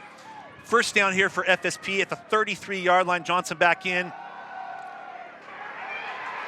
And he's going to avoid a sack. Then he's going to find a receiver in the back of the end zone. And Denzel Boston is going to be, and he makes the catch. But the refs are going to say he was out of bounds here. I'll tell you what, that was a great throw and a heck of a grab there by Denzel Boston. But the refs are going to call it out of bounds. You look, he keeps his eyes downfield. He finds Boston. Whoa! Yeah. I don't know about that one. If we're going college rules, that is a touchdown. Yeah. But apparently we're playing NFL rules because he gets that one leg down. That is a touchdown catch. Yeah. But hey, these guys aren't used to working in the middle of May, so they don't call that a touchdown. Hey, all the refs got to get some of that rust off too. How about Jabari Johnson? Did you see that? Keeping his eyes down, and the play looked like it was broken into the backfield for a sack. Then he finds Denzel Boston there for what looked like it should have been a score, but the refs saying he's out of bounds, brings up a second down, and now we're going to get a penalty. I'll tell you this on that last play for Jabari Johnson. If you talk to a quarterback coach and say, hey, go down a list of things you'd want to see a quarterback do, he did it all in one play. The athletic ability to escape. Here he is. He's looking to the left, avoids a sack right there, steps up. Now, the athletic ability to get on the edge, keeping his eyes downfield, and that throw, he threw him open. That's for sure a catch. That's a touchdown. But to make that throw, rolling out, eyes downfield, and being able to see that. So many young quarterbacks, they see that linebacker coming at them, or they see that D lineman coming at him. He was 3 levels beyond with his eyes to the back of the end zone. Truly incredible. So we're going to have an interesting play here. We had a delay of game on FSP, but then right after we had a personal foul on Heir, which was a dead ball. So it negates the 5-yard penalty. It is now going to make it a first down for FSP inside the 25, bringing it out to the 23. So again, personal fouls have been costing Heir some yards tonight on what should have been some stops that helped them, and they've been offsetting some penalties. And now FSP has a chance inside the 25 at the 23-yard line, a little over 9 minutes left. Johnson with split back here in the backfield. Johnson takes a snap. He hands it off there to, looks like Jaden Lamar on the carry. Jaden Lamar had the touchdown right before the half for FSP. And this was where Heir, the big guys up front, the big D linemen, they felt like they had an advantage coming into this game, and you see why. Reggie Jones talked about his guys. He said, look, they're not just big and strong, they're nasty. These guys are coming, and they're trying to hurt you. They have motors. They're running plays down from the backside. You saw them shed blocks and get upfield and make a nice play. And 2 of the nastiest D linemen in the state are the Hill brothers, Curtis Hill, Hunter Hill. Both of those guys were in the backfield there to smother Lamar for the loss. Johnson on second down is going to toss it out to Wesley Garrett, who's going to pick up about 6 yards there before he's taken down by Zion Jones out of Puyallup High School. And again, we're mentioning a lot of SPSL guys in this game, the Hill twins. You see there, Zion Jones, overshadowed by a lot of the offensive talent at Puyallup, and he's out here making some plays. He's just a sophomore as well. We got a third down and about 5 from the 18-yard line. FSP into the red zone here on third down.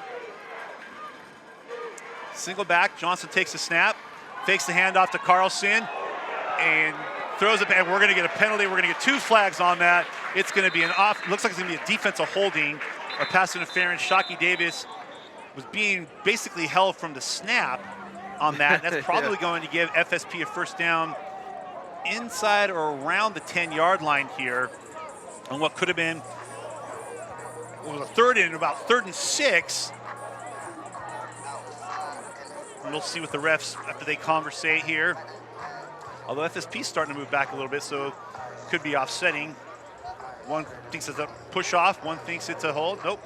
And it's going to be a hold on Heir. Didn't see who was on the penalty on that, but it's going to be, should be enough for a first down here.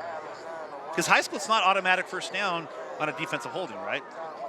No, and for a DB, you don't want to get penalties, but sometimes, we talked about a quarterback, sometimes taking a sack or throwing it away is not the worst thing. Sometimes as a DB, it is a good penalty, a good hold. If you're going to give up a touchdown, okay, take the penalty and make them get it on the next play rather than giving them a home run shot. I remember Kavari Russell, a former Washington kid for Notre Dame, when they were trying to go to the national championship game, had 3 straight pass interferences inside the 5, but Notre Dame stopped SC, wouldn't let him score. Notre Dame played for a national title a few weeks later. So it was a first down inside the 10-yard line. That first down play doesn't get much for FSP. Johnson gives it off to Carlson, who goes off the left side, but he is met by a flurry of black jerseys. And again, Curtis Hill from Graham Kapowski in another play. And if you look at Curtis and Hunter, you see these guys, they're dripped out. They're swagged out. They got the gloves. They got the sleeves. You look at Curtis and Hunter, sleeveless, looking like Vlad Guerrero batting with no batting gloves back in the day. They're those guys that are in the warm-ups in the snow and rain with their shirts off, trying to show the other team what they're made of. Well, Johnson throws a pass into the end zone, nearly picked off there by Heir. Again, Johnson does a good job of buying himself some time, gets himself open, had a receiver, but 3 or 4 black jerseys converge on that quick. So one of the things with Johnson, and I just talked to an offensive coordinator of a Pac-12 school last week about him, and I know you're talking to a lot of schools, and they all love him and his talent. You see his skill set and his talent level. They wanted to see him with more game reps, and you see why he needs them. He's had a few plays where he's going to look at the film and learn, and that's what experience is. You can't teach experience. You got to go through it, and that's why you got to get reps. Single back here. Johnson's going to go. He's going to find, looks like Shockey Davis, who's going to take it down to about the 4-yard line before he is dragged out of bounds there. Isn't that a great name? That's an NFL name, isn't it? Shockey Davis. Oh, love it. Shockey, he's electric. He is electric, and he's taken out by Zion Jones once again. Zion Jones with his second big defensive play of this drive. Well, the one thing you know with Heir, their DBs, you know, Reggie Jones is a DB guy himself, you know, DB Island. So you know his guys are going to be very technical, very sound, and very physical because that's the way he's coaching them up. Well, here's going to be a crucial field goal for FSP, trailing by a point. James Youn's last PAT hit the upright, was no good. Now FSP could take the lead here. Youn's kick is through, it's up, and it's good. FSP takes the lead 16-14 with 6 minutes and 20 seconds left. And that's essentially what they wanted to do to start the second half, was pick up some yards, slow things down a little bit. The first half we saw a lot of energy, we saw a lot of tempo. After Heir scored on the opening drive, FSP meticulously scored at the same time. But then the second quarter, things get a little slow. They score right before the half. Then here, chasing those 1 points instead of getting cute and trying to go for a touchdown inside the 5, they just go for a field goal. I'm laughing. You just saw Tracy Ford there, right? You see Reggie Jones with the cutoff shirt, coach, and he's in like his sweatsuit, and Tracy's out there just dapper Don, just, you know, swagged out, and I love it. But both of them so competitive, and that's what you're seeing in this game. These kids, there he is right there. Look at him. That Reggie with the cutoff, Tracy right there. Like I said, swagged out. But you see how passionate these guys are, and these players play hard because this is the way these guys push them. You know, there's no babying around coddling. You get in these programs, and they're saying, hey, we know what it takes to get you to the next level, so we're not going to tell you what you want to hear. We're not going to baby you around. You're going to hear some hard things, and if you don't want to hear those things or you can't handle those things, you're not going to make it at the next level anyway, so our program's not for you. That's the way they've really built these programs, and you're seeing it tonight in the way these kids play. But again, you know, Sheldon Cross was here, saw him tonight. I know other high school coaches are watching. How good the high school coaching is in this state and in this region is pretty incredible. Well, I'll tell you what, that is going to be a safety. That was not the play that Heir wanted on that. The ball bounced around. Kiki McQueen feels it at about, the ball bounces at the one, comes backwards. McQueen fields it in the end zone. Now they're playing with rules that you can take the ball out of the end zone. McQueen runs out of the end zone, then runs back into the end zone, takes the knee, and you see the referee right quickly puts his 2 hands together for a safety. Now it's 18-14 FSP, and they're going to get the ball here and kick back to them. Yeah, he would have been fine when he initially, that ball bounced him in the end zone. You just take a knee and you're fine. or you let it go out of the back of the end zone. If it would have, it looks like that bounce it wouldn't have, but right there you got to just take a knee right there, and if you go, you got to go. The one thing you cannot do if you're a punt returner or a kick returner is be indecisive. You can't. It's right or left. It's not anywhere in the middle there, and for Heir, that's an unfortunate sequence. And again, for FSP, just like at the end of the first half when they got great starting field position and were able to go score the touchdown, they missed the PAT. But this is a chance for them now with the lead to go extend it and put a lot of pressure on Heir's offense the next series. You know, and here's another thing. In Kiki McQueen's defense, most of these guys are used to, if the ball goes in the end zone, it's fielded in the end zone. In high school, it's down. We've also seen the last few years to try to prevent concussions that in the collegiate and the high school game, if you down the ball on a kickoff inside the 20-yard line, it comes out to 25. Yeah. All right, so you don't have to return it. You don't have to be in the end zone. You can have a touchback and get out to 25. Where he made the mistake was fielding it coming out, then going back into the end zone. And we see college guys do that. We see NFL's guys do it. It's probably not something you practice a lot, but kudos to the kick there from James Yoon. It looked like he was going into the end zone, and it bounced at the 1 yard, took a little bit of an FSP bounce. Here's what's great. There's 6 minutes left in the third quarter. You got plenty of time to go make a play and have everyone forget about that. At least, you know, if you go make a play, you guys win. But in this game, you're going to see it. There's going to be good and bad decisions. There's going to be good and bad plays, and that's just part of it. You got to deal. You know, FSP, the PAT's no good, and you go into halftime down by a point. They responded well. A lot of coaches, they want to see how you respond to adversity. I remember Nigel Burton was the head coach at Portland State talking about a DB one time. I said, hey, I'll send you a film from 7 on of his highlights. He said, no, send me the game film. I want to see how he responds after a negative play. I know guys celebrate and do their thing when they have good plays. How do they respond after a bad play? Wesley Garrett takes the kickoff there, and he gets tripped up at about the 50. Wyatt Redding, who's got a powerful leg, kick that had a little bit of backspin on that. Garrett fields it at about the 30 and gets out to about the 50, where FSP will take over. 1st and 10 from midfield, 5 minutes and 44 seconds left on that safety. That gives FSP an 18-14 lead. And now FSP is doing some rotations at quarterbacks themselves. We now have what looks like Josh Wood from Graham Kapowson in at quarterback. Rest blew the whistle there to clear up some confusion. Isaiah Carlson, who scored the first touchdown for FSP, in the backfield there. But I'll tell you what, Taylor, you know, we talked about special teams, and when you're in an all-star game like this, when you have so much talent, you have so many great offensive players, so many great defensive players, special teams is still important. You can't ignore it. Yeah.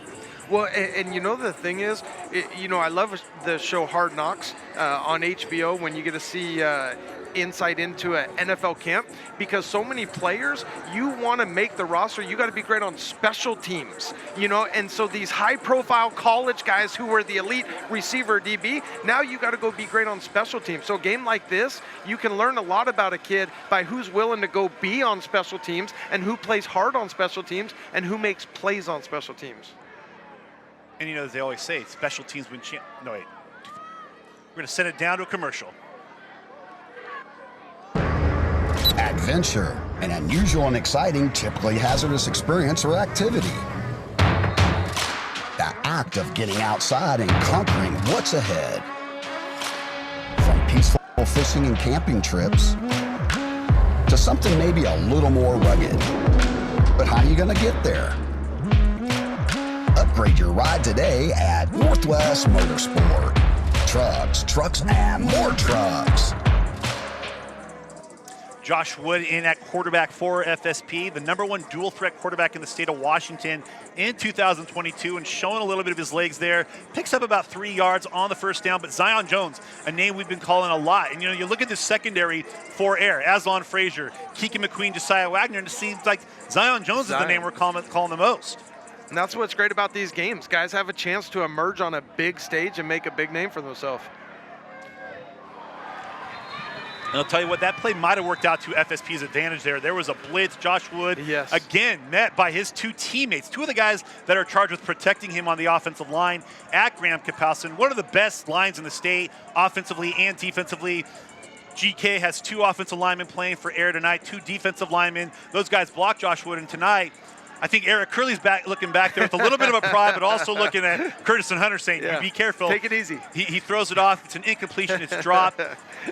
Brings up a 3rd and 7 from the 47-yard line here. A little over 5 minutes left, and I'll tell you what, if Eric can get a stop here, it'll be a big that's a win. momentum boost. That's a win for them. Absolutely. Single back. Wood drops back to pass.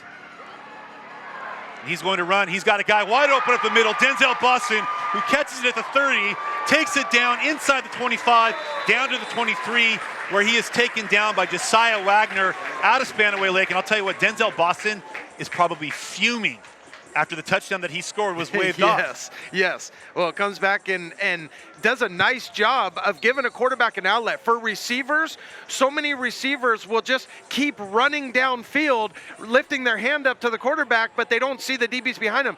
The great receivers know how to find windows in zone and in escape when a quarterback is buying time, give him an outlet, come back to him, spot up. And let's talk about Josh Wood, the job he did buying time, keeping his eyes downfield, and picking up a huge first down. He's got a wide open play there. The ball is thrown downfield. Looks like it was to Shockey Davis. A little bit underthrown. Shockey Davis, incompletion. It bounces up. But, go back to that play by Josh Wood, Taylor. I wanted to ask you, that's one of the things that you said that you can't replicate in camp setting. You can't replicate that in 7-on-7. But we saw the way he played this year, and he looks like a guy who's been a 3-year starter with just the smarts he's shown in the backfield. He is absolutely. I've played at the next level. I've coached at the next level, coached guys at the next level. He is as high of a next level guy, and he is still a little bit raw. There's still a lot of fine tuning that needs to happen, which is a great thing for a college coach. Some guys you see, and what you see is what you get. He's got a big upside. And sometimes we look at these games and you see a lot of freshmen that are in the spotlight for the first time. And sometimes freshmen get a little excited. Freshmen are freshmen. They're freshmen. I have a freshman son of my own. And Jason Brown there got a little bit excited. Maybe this was a tip of the cap to Vernon Adams, the offensive coordinator who plays in the Canadian Football League, and he started moving before the ball was snapped. So it's going to bring up a 2nd and 15 for FSP. And that's the one thing that FSP has been dealing with here. It seems like every time they get some momentum offensively, there's a penalty that slows things down. But Heir is also causing a lot of these problems themselves with their aggression up front in that front 7. Yeah, they really are. They're just attacking, and you see them coming off the edge here. Look for FSP to swing it out wide. Wood hands it off inside to Carlson. Carlson's going to get about 8-9 bruising yards there before he is taken down by Ishmael Talaili'i out of Life Christian Academy. But it takes it from a 2nd and 15 to a very manageable 3rd and about 5 here. What I really like about him, he's always leaning forward. If you notice, he's always getting that extra yard, 2 yards, 3 yards. A lot of running backs try and dance too much, and they're going east-west. He is constantly getting north-south, picking up those extra yards and putting a pounding on those DBs. It's like a boxer. That one shot to the body might not do it, but a bunch of shots to the body eventually is going to fatigue him and knock him out. It's the body blow theory here. 3rd and 5, Josh Wood in the backfield. He's going to drop back to pass. He's going to find Denzel Boston in the back of the end zone, but that ball is going to be tipped away. Guess who? By number 24, Zion Jones. Zion Jones making his presence felt tonight. There's a ton of players from Puyallup here. I think they had the 2nd most players in this game. Dave Yulee, a 4-star. Okay, you got Tyler Lawrence, a 3-star. You've got talent all over the place, but Zion Jones is Jordan Dwyer, a 3-star with FBS offers. You have Micah Balzerini, his quarterback, and yet Zion Jones is the guy making his play. Now, Taylor, we talked a second ago, FSP taking what got them, but now on 4th and 5, instead of taking a field goal that would make it a touchdown lead, they look like they're going to be going for it here on 4th and 5 from about the 18-yard line. Heir calls timeout. Do you think that changes things? Well, you've got a right-footed kicker on the right hash. It's not a great angle. If you're on the left hash, he's able to angle it a little bit to the left, bring it in. And you see the difference. Heir with their kicker, I think you'd be seeing them go for a field goal here with his distance. For FSP, you're kind of in no man's land. I like this call going for it, because if you don't get it, it's not like you're giving Heir great starting field position. It's not much different than a touchback. So I like this call by Butch and crew to go for it. And when you got a play caller like Vernon Adams, I'd feel pretty good. And when you got a signal caller like Josh Wood, I'd feel even better. And the athletes, they do. Look for Heir. They've been bringing a lot of pressure from the edges. When you're in the boundary, one thing as a quarterback you always got to look for is that corner blaze. The corner, the boundary side corner, a quarterback is looking to the field and they come off the edge. Reggie's a DB guy. DB guys and defensive guys are kind of nasty mindsets. They like fooling quarterbacks. So look for them to bring some pressure off of the boundary side. So it brings up a 4th and 5 here from inside the 20-yard line. Empty backfield. Wood's going to take the quarterback snap. He's going to keep it. He is going to run up the middle for a touchdown. He's going to get a flag for a premature celebration there, but enough of a touchdown run that it should give FSP the lead. Well, maybe not. Looks like there's some shenanigans going on the sidelines there. Wood's going to pick up the first down, and they're saying it is a touchdown. And Woods gets a little bit of a exclamation point, finger point to Heir there in the backfield. FSP is going to go up 24-14. They're going to go in for the PAT here. We'll see, and the penalty looks like it's going to be offsetting again.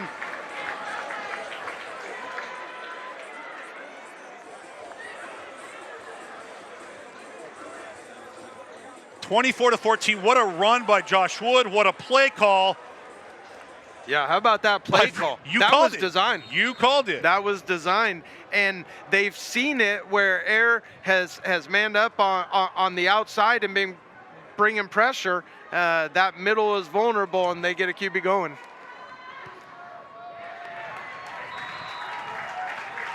Well, and that's a big extra point right there, because that puts it at 11. So that's a touchdown, a 2-point conversion, and a field goal. So Heir, it's a 2-possession game, but they would have to get the 2-point conversion. So a big extra point kick there. And that's what we talk about, the adversity. You miss one, how do you respond coming back? And you come back and get it. And that's what coaches want to see, is how do you handle that? Because these kids that are going to go play in college, you're going to go play in front of 80,000 people on the road. It's not always going to go your way. You're going to face some adversity. You're going to get heckled, and you're going to question yourself. That's part of it. But do you question yourself and doubt and give up, or do you dig down deep, find something in you, and bounce back? We saw Bobby Wagner on the sideline, Cliff Averill. I mean, those guys super, super talented, but those guys, they've faced adversity. They've missed tackles. They've done the wrong thing on a read or a play gone the wrong place, but they've come back, they've learned from it. And for these guys that's one thing. We talk about this game, the training these young players, that's something that's different too. The access for these young players to be around so many pros and college players in the off season in a training setting, to be able to learn from those guys, it's pretty special. All right, we're back. We're sorry for the live feed. Taylor and I can only control our own voices, and we hope that you've enjoyed listening to us tonight. We are 2 minutes and 40 seconds left in the third quarter. FSP kicking off after a Josh Wood touchdown on 4th down. That ball goes into the end zone. Keegan McQueen this time lets it go into the end zone and out of the end zone. Josiah Wagner lets that one go. So let's talk about the strategy now for Heir. You got to get more aggressive here.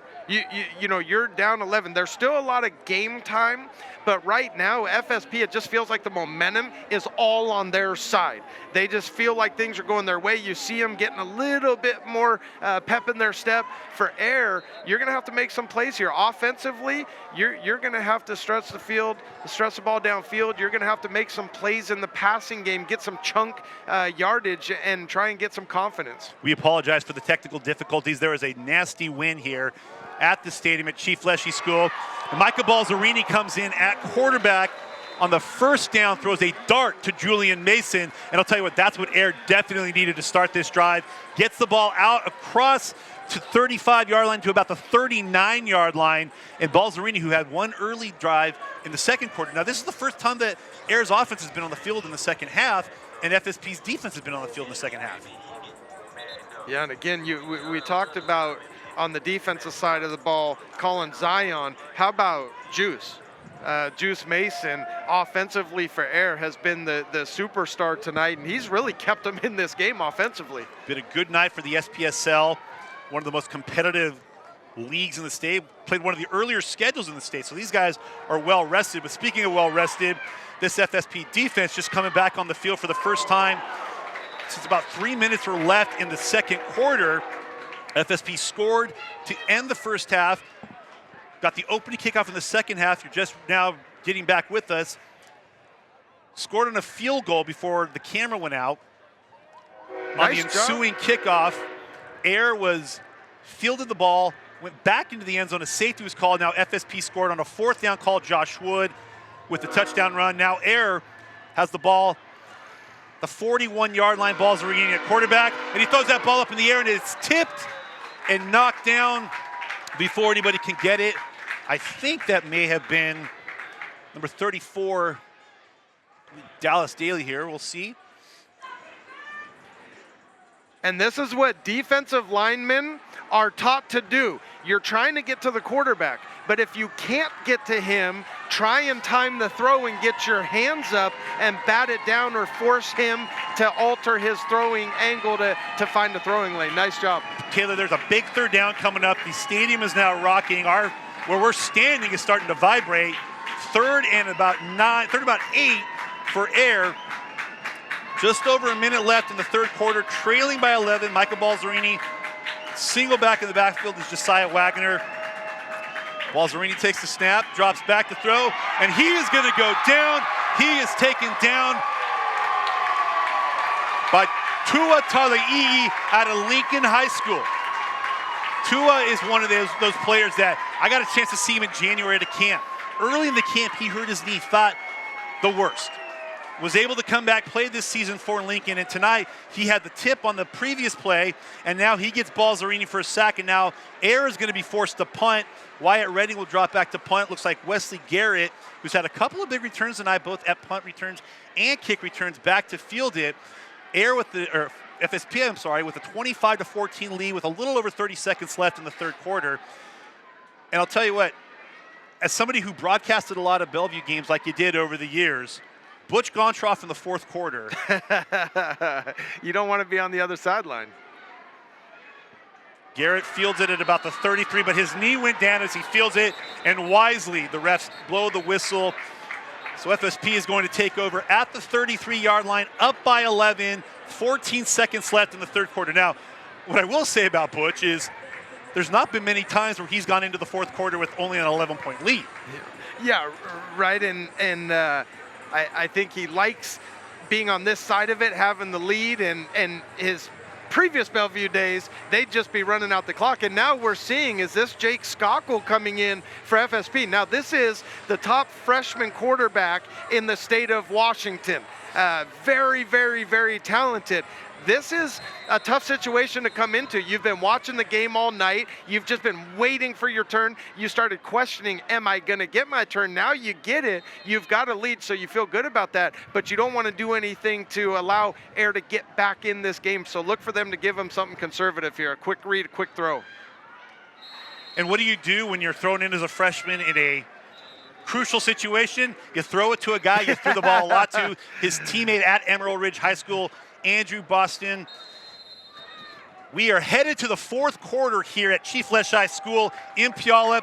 25-14, FSP with the lead over Heir. FSP with the ball, and we talked about Butch Gontroff in the fourth quarter.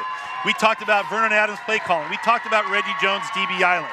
Taylor, we got 12 minutes for state supremacy to be decided. Give me your thoughts of the previous three quarters.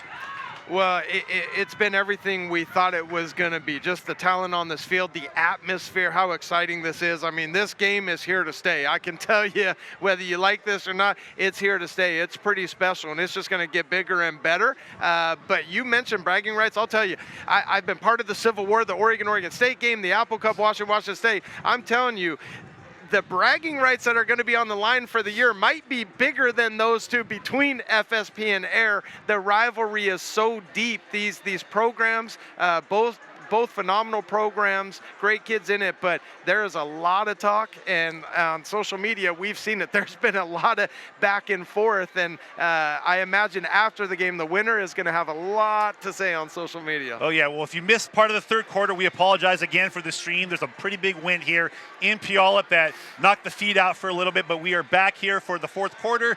12 minutes left. The original, the inaugural Battle of the Brands tonight, the coined Super Bowl of Washington. Heir Football Academy, Fort Sports Performance as we head into the fourth quarter here. Skako is going to give the ball off here on second down, and it's going to go for a minimal gain. Hands the ball off there to Isaiah Carlson, who's been a little bit of a workhorse back for FSP tonight. He's been impressive, though, hasn't he? He has. I mean, he's almost making me think that we should run him as a four-star running back instead of a four-star. No. Isaiah, you are. Miles Jack, Julian Simon are good comparisons, but both those guys are going to make their money, and one's already making a lot of money as a linebacker. Brings up a third down and 10 here for FSP. We've got the freshman backfield here for FSP with Scott Lane at quarterback, Jason Brown to his left. And a big stop here for Heir. They're bringing the pressure. They're bringing the pressure. Josiah Wagner takes him down. Scotko goes down at the 20-yard line. And FSP is going to be forced to punt after they get a turnover, or not a turnover, but they get a stop and a punt. Heir in the most crucial point of the game where they needed to make a defensive stop of their own. So that is a young quarterback making a mistake on the escape. You got the pressure coming off the edge. You either got to find somebody hot, or it's like in Spain, a bullfighter who's holding up the red drape flag, whatever you want to call it. You got to let that bull come in as close as possible and lift it. If you lift it too soon, he's going to beeline for you and get to you. As a quarterback, you got to let that defender get in as close and then drop step and get out. He didn't and ended up taking the sack. When the punt there takes an Heir bounce, again, this wind is pretty vicious. Bounces back, and Heir is going to get the ball down 11, with a little over 10 minutes left, and they're going to take over at what looks like the 39-yard line of FSP here, trailing 11, 10 minutes and 10 seconds left for Heir. And in at quarterback making his debut in this game is Isaac Madrigal, formerly at West Valley High School in Yakima. Moved down to Arizona to play this season because Arizona was playing high school football. Moved back to Yakima. Now he's at AC Davis High School, and he's going to try to help cut into this lead here for Heir, trailing 25-14 with just under 10 minutes left.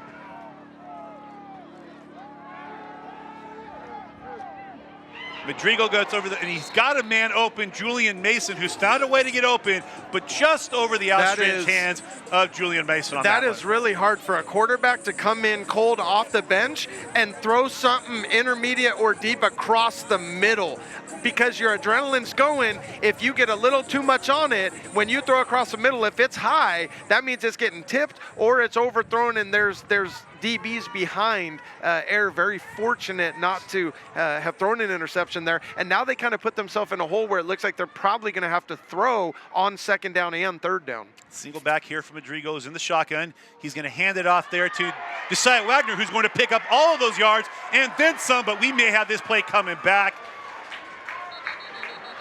Wagner takes the ball down to inside the 15-yard line, but there's going to be a hold here on Dave Yurley in the backfield. So instead of it being a first down in the red zone, we're now going to have a second and long situation for Heir on the hold. And again, we've had a pretty clean game when it comes to talent. I mean, to physical penalties. There's been some mental penalties, but the physical penalties have been pretty low for tonight. But that one, a killer for Heir. Yes, and really frustrating for a coach because that was unnecessary. He was already past the lineman. That did not need to take place. And sometimes what happens in these games is you get emotional. You're trying to get every play, every point back in one play. And I think what's going to really bother them is that play was off to the right. Yeah. Josiah Wagner's run was off to the left. He was probably 10, 15 yards deep downfield before they called the hold. But it's a penalty that has to get called.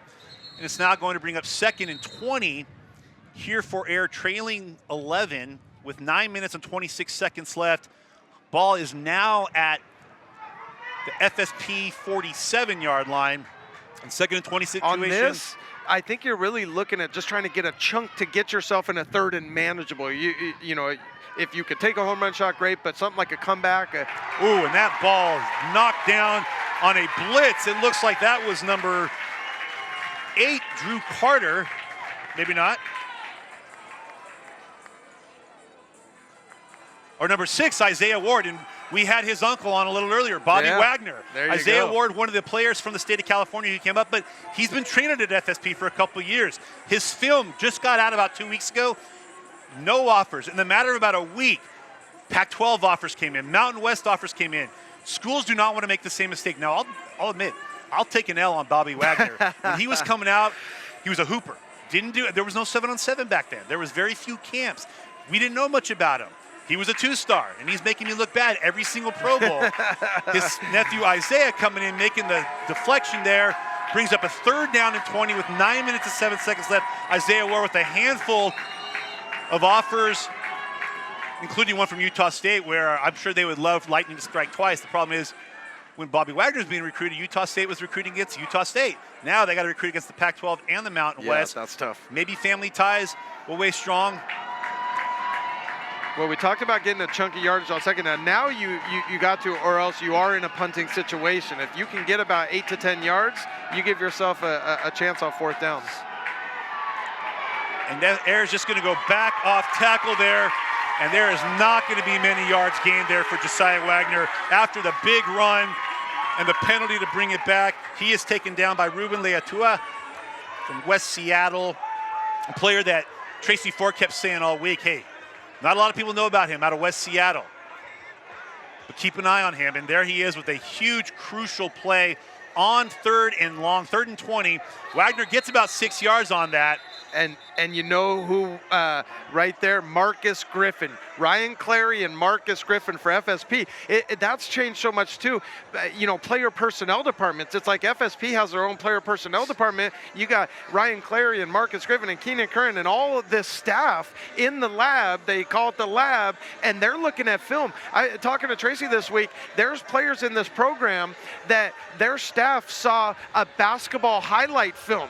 They saw, you know, film from other things and saw guys and said, hey, we got to get him here for a trial. Let's get him in for a workout and just see and evaluate him. And when you have your tentacles reached out like that, you're going to find those sleepers that all of a sudden a couple months later are not sleepers to anyone, because guys like you, Brandon, then see these guys write an article, put out a tweet, and their life changes forever. You know, and I'd love to say that I'm finding all these guys before anybody knows about them, but the reality is I rely on guys like you, Taylor, with quarterbacks that are 7th and 8th graders that you're saying, keep an eye on them, with FSP, with Heir, with other programs like ETA, MVP, eForce, Team Lillard, programs that have guys Team that Alpha, yeah. Team Alpha, you know, they send me film, and I'm like, how does nobody know about him? You write about it, you put them on. I mean, after tonight, with all these college I've gotten a number of texts from college coaches watching this game saying, dang, I didn't know that guy was like that. I expect a number of offers to come out after this week.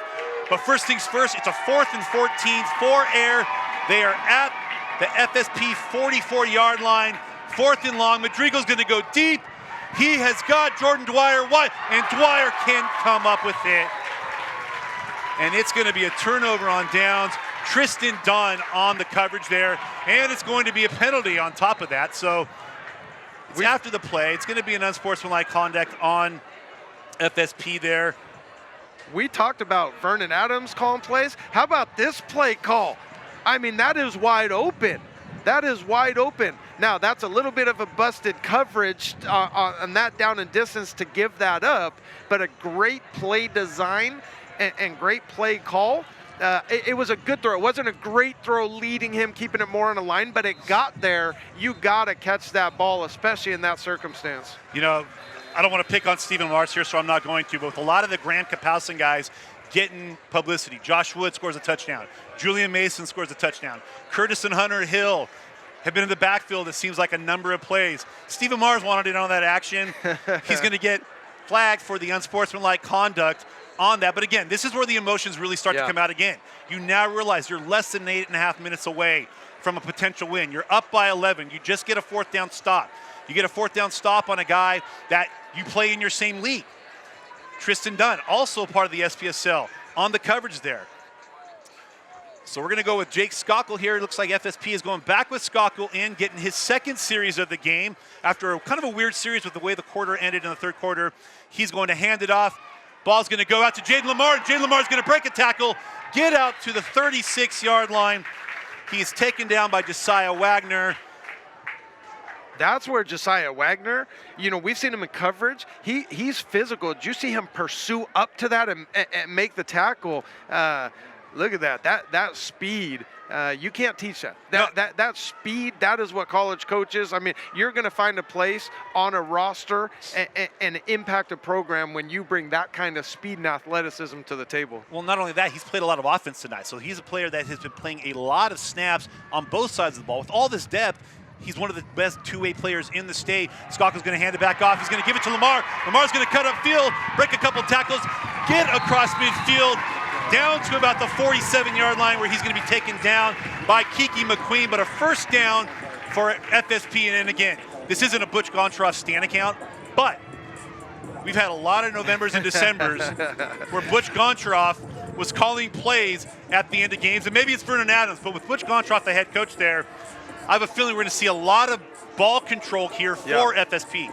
Well, there's nothing more deflating to a defense when they know a run is coming and they still can't stop it. That's just an offense imposing their will. Shout out to the FSP big guys in the trenches because they are dominating right now. Skockle gets it out to his high school teammate, Denzel Boston, who picks up about 5 yards, picks up about 5-6 yards before he's taken out of bounds on the sideline, brought out of bounds by Rashawn Clark. Now Taylor, we talked about Tracy and Reggie and the great talent of the 21 class. JT Tuimalau, the #1 player in the country. Emeka Egbuka, the #1 receiver in the country. Sam Heward, #1 quarterback in the country. But both these guys have been saying, we've got some talented 24 guys here. Yeah. We look and we see Jason Brown making some plays for FSP. We got Jake Skockle, who's been a part of the successful Southtown Storm. It's won about 1 million of your 7-on-7 tournaments. Rashawn Clark, we haven't called his name much tonight, but one of the other players in the 2024 class already with Power 5 offers, the first player that Washington State offered in 2024, and a lot of freshmen factoring in here in the 4th quarter. Skockle hands it off to Carlson. Carlson is going to pick up about 8-9 yards, but he is going to pick up a 1st down before he is taken down by Matei Sarte out of Fife High School. And again, we're seeing the running game that Butch Gontroff used to win about 1 billion state championships. Okay, it was 11. But we're seeing it here. And for Skockle, you have that weird series right before the 3rd quarter where the clock's winding down. You have to get rid of it. Yep. You get taken down. Now, even in here, he's just throwing some short passes, but a very exciting future to watch with Jake Skockle. Well, you also see his demeanor, and we talk about Denzel Boston, his brother Andrew at Eastern Washington, and Denzel is just an absolute freak physically. And there you see it. He's a big receiver, so a lot of times when you see a big, lengthy guy like that, you think, okay, he's going to be a downfield jump ball guy, and he is that. But now you can send him in motion and throw essentially a swing route to him, a flare route, let him go down, catch it in his hands, and go. He's so versatile, and he's got that frame. You put him on a college training table and in a college weight room with that frame, what he's going to put on, that is a young man that has a very bright future. And the other thing, too, when you have a freshman quarterback coming in a situation like this where the timing may not be with these guys, you go to an old reliable friend, and that's your Emerald Ridge teammate. I'm sure Adam Skockle, Jake's dad, who's the head coach at Emerald Ridge, is looking up here with pride, not just at his own son, but seeing his star receiver, Denzel Boston, picking up these yards and thinking about what those two can bring next year. Skockle gives it off to Jason Brown, who breaks the tackle, slips it into the backfield, picks up about 2 yards. It's going to bring up a 3rd down situation. But again, we have a flag on the play. And this is either going to be really bad for FSP and make it a 3rd and long, or it's going to be bad for Heir and give FSP a 1st down. Judging by the body language of Heir, I'm thinking this is going to be on the black and gold. There it is. And it's just enough, it looks, to be a 1st down. Yes, it is.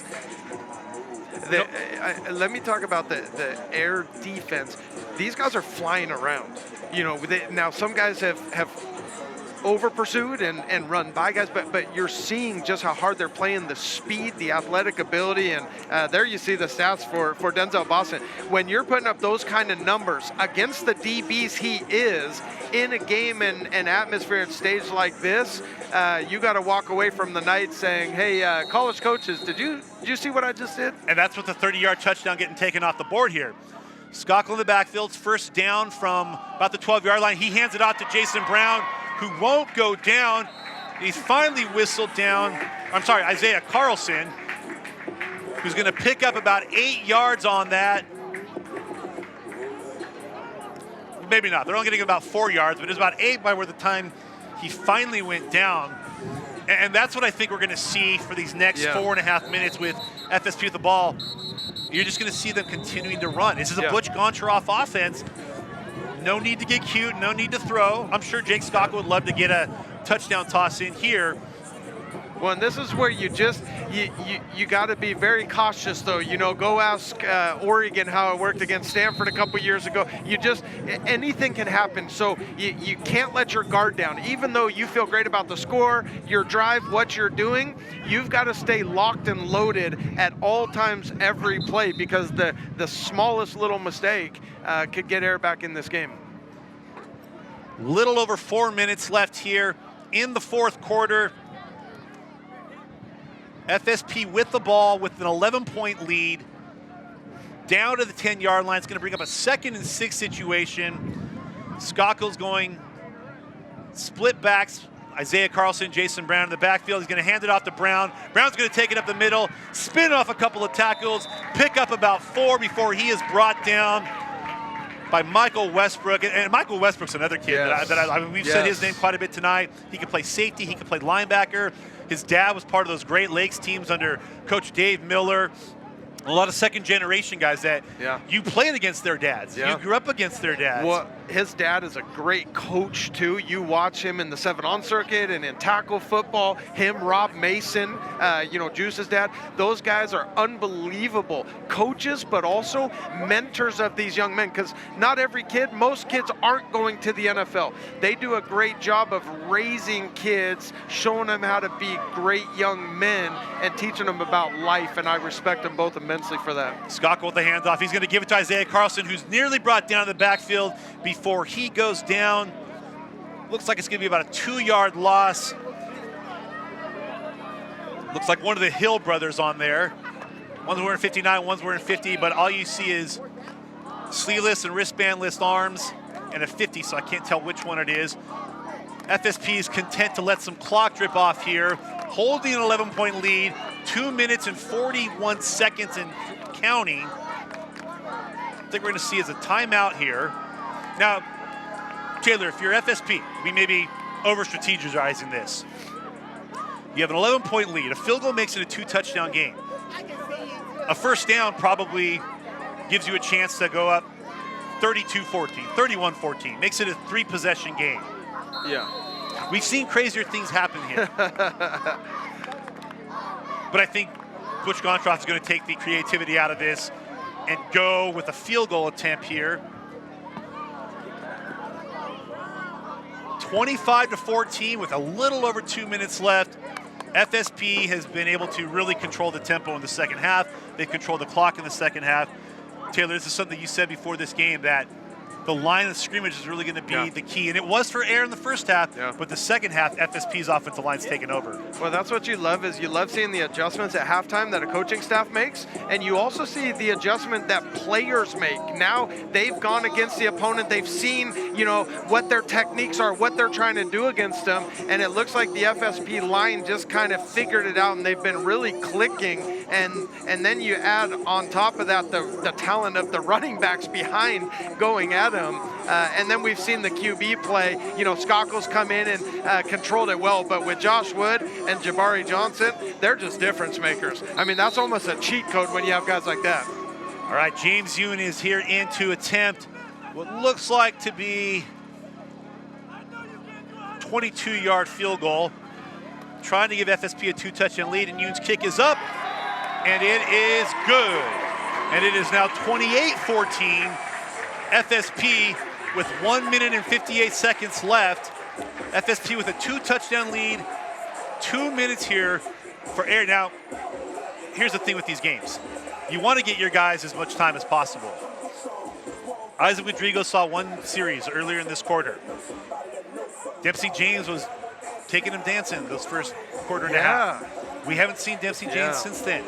Is this where Heir goes back to Dempsey James to try to come up with a little bit of a miracle? I mean, I think that's he gives you your best chance to do it. And, you know, 2 minutes, it's not impossible. It's unlikely that they could go do it. But if you're playing to win, it depends. You know, like you said, this is a little bit different game. In a normal high school season, I mean, you're playing to win, you go. In this, yes, you're competing and playing to win, but you also want to make sure kids are getting playing time and getting enough clips on film to send out and to make the experience worthwhile, all the practices and meetings they've gone through. So we'll see.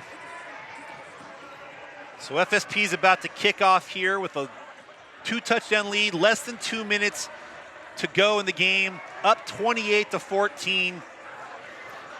Can I say one thing, though? Yeah, absolutely, please Whether do. Heir ends up getting back in it, if I know Reggie at least wants to try and get one more touchdown, because whoever wins this game, if it is FSP, you better believe they're going to screenshot the scoreboard, and that might be pinned. That might, I mean, they might make a commercial off of it. They might, I mean, they might get it printed on T-shirts. You know what I mean? Like these guys, Tracy and Reggie are the ultimate competitors, and the Battle of the Brands, it's going to be bragging rights for a year, and they're going to milk it for everything it's worth. Wagner feels the kick return. He is going to be taken down just short of the 20-yard line. Looked like he might have had something off to the left before he is taken down by a host of FSP players, namely Jordan Velasquez, who, I'll tell you what, Jordan Velasquez had a penalty early in the game that he's probably going to regret, but that tackle is probably going to feel a lot better with a 2-touchdown lead.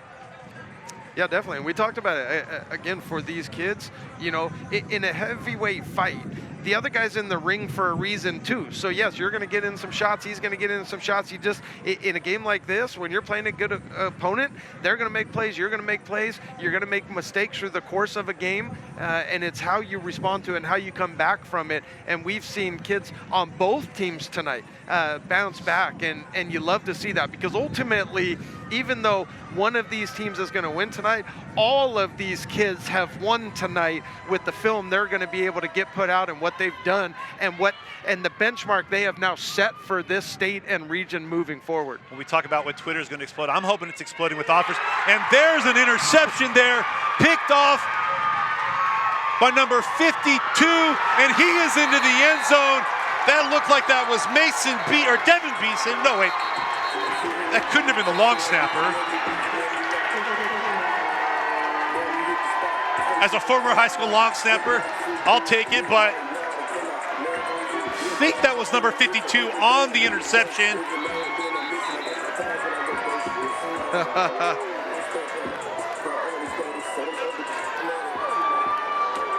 You think these kids are having fun? Oh, they are definitely having fun. And we went Florida-Georgia .3 right there. I don't know who had the interception return for a touchdown on that, so I apologize to his parents if they're listening. Mad respect to whoever it was. Takes the pick. It's 34-14. I'm not sure who had the interception on that.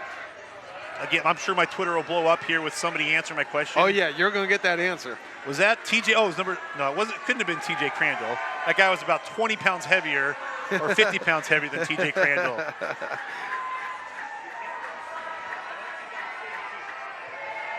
Here we go. Number 52. Number 52, Devin B. And he's also a linebacker. But Taylor, as a former high school long snapper myself, how about the linebacker with the interception to put the final nail in the coffin here? And you see all of FSP, all the players, all the young kids, JT's hair with the beautiful afro, bouncing up and down. FSP goes up 34-14.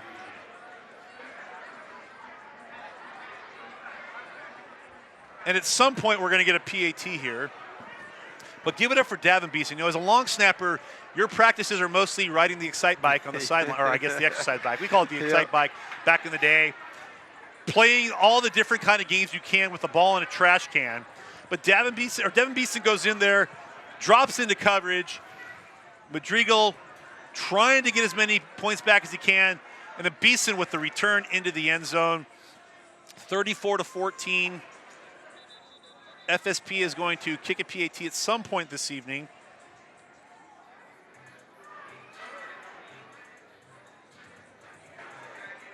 Well, I'll tell you what, Taylor, we were starting to write down who our players of the games here were. And we had some names. But when you see a long snapper dropping into coverage like that, you're going to have a hard time convincing me there's not another defensive player of the game than that. Now, is he going to be the player of the game? I don't know. The play of the game? Play of the game, 100%. And in his mind, he is now going to the league as a linebacker off that play.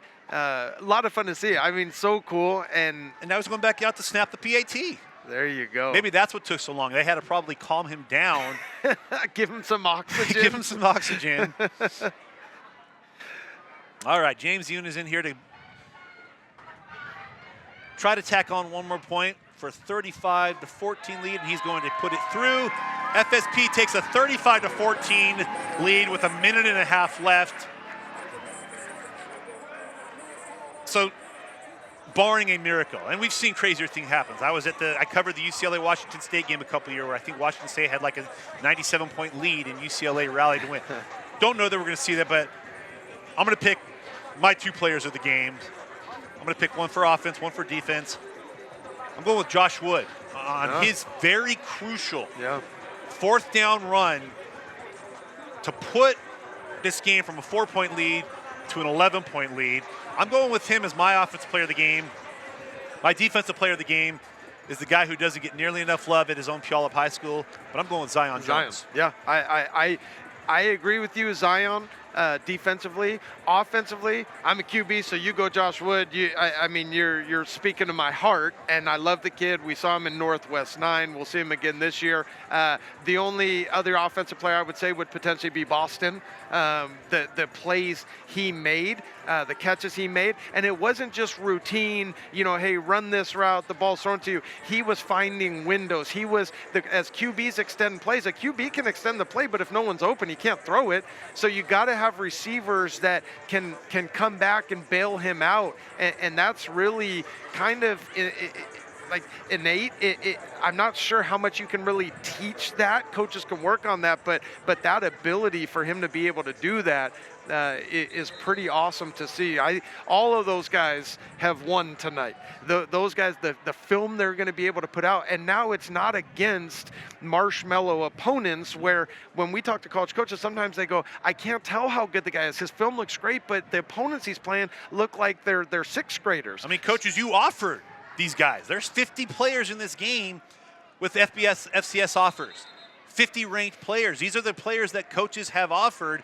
Now you've seen some of the guys, and Taylor, you said this earlier, some guys are going to get exposed, but other guys are going to see their stock rise. Yes. And I anticipate a number of offers coming out this week once this film gets out there. FSP kicks it off. Heir, Rashawn Clark has a little bit of a trouble, picks it up, still picks up about 10, 12 yards before he's taken down at about the 34-yard line. Looks like that was Isaiah Ward on the tackle, Bobby Wagner's nephew. Had a crucial play early in the game, but and then the guys that we could also mention here. For me, two other guys, Dempsey James for Spanaway, Connor Noah. I mean, Connor Noah served notice from the beginning. How about Juice Mason? Juice Mason. I mean, Julian Mason made some plays. I mean, he showed, I think for people, they see him, he's not the tallest receiver, maybe not the fastest 40. You can't measure that hard. I remember Tom Brady said, everyone missed on me because they couldn't, or Steve Mariucci said, we all missed on him because we couldn't cut open his chest and measure his heart. And I think with Julian Mason, if I'm a college coach watching and I see what he just did tonight, he's going to be one of the calls I make. We see on that play, Dempsey James back in at quarterback.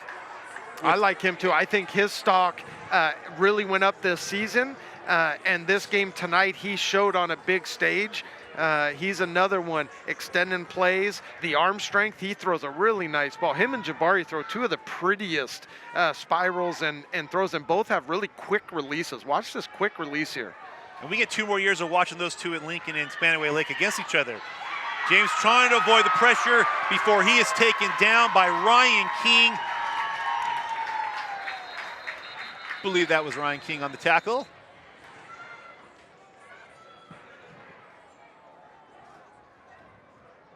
Well, and this is just, he's just trying to make a play here. You know, I think in the normal course of the game, he'd throw this away or run it.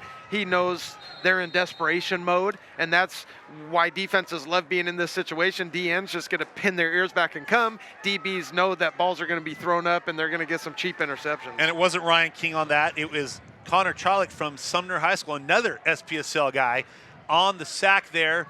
You know, Dempsey James is just, like you said, he's trying to making something out of nothing and trying to get 21 points back with very little time. He drops back, and then Connor Taylor, who's a relative newcomer to the sport of football. He's a basketball player at Sumner High School, which is a great basketball program, state qualifier. And again, Taylor, we're talking about a lot of SPSL players here. And another guy that was a South Sound guy who made some key plays in this game, Hudson Cedarland out of Gig Harbor. Oh, I love him and heard about him non-stop from Tracy and the staff and the people in the building at FSP, and they know what they're talking about. When they're seeing these kids as much as they are, they don't just gas kids up for no reason. You know, their credibility is on the line, and you hear the intensity down on the field. That's Reggie and Tracy. You know, 30 seconds, they're still taking timeouts, they're still coaching, they're still going. These coaches, this is how they build their programs. This rivalry is heated, and they want to win by as much as they can, and Tracy wants to keep pressing the gas.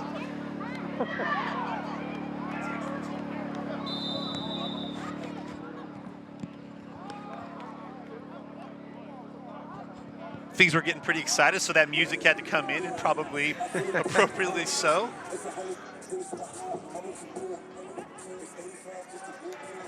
This is just a part of the game, too. You just don't want to see any injuries. You know, you just don't want to see a guy go down. It's been a great night.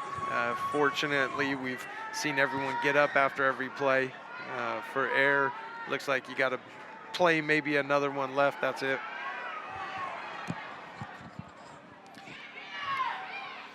Ooh.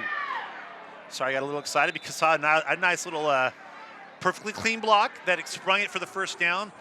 Heir is going to pick the first down up there with about 10 seconds left. Stay tuned for our trophy presentation. It's coming up soon. We'll be naming the official offensive and defensive MVPs, not just the ones that Taylor and I suggested, but the MVPs will be named on the field as well as the trophy. That's a perpetual trophy. These guys are going to be trading this for years to come with the name of the winning team on. Last play of the game here, Dempsey James going to go cross field. He's going to find Juice Mason, who has been really the MVP for me tonight for Heir, but that's going to do it for this game. FSP is going to win the first ever Battle of the Brands, 11-on-11, 35-14 over Heir, rallying from what was a 14-7 deficit, scoring the last 28 points to take a 35-14 win in this first ever game. And now we're going to see these guys, high school teammates, friends, recruits that are going on visits with each other, do it the right way. You know, I would sum it up this way. With these two programs, it's me against my brother, but my brother and I against you. Yes, they compete in state and 7-on, in these kind of select tackle games, in a lot of other things. But at the end of the day, we know Tracy and Reggie really well. They want kids to make it out of here. Even if they're not playing for their program, they're still rooting for the kids, and that's what I respect about both of them. And let me tell you this about Reggie Jones.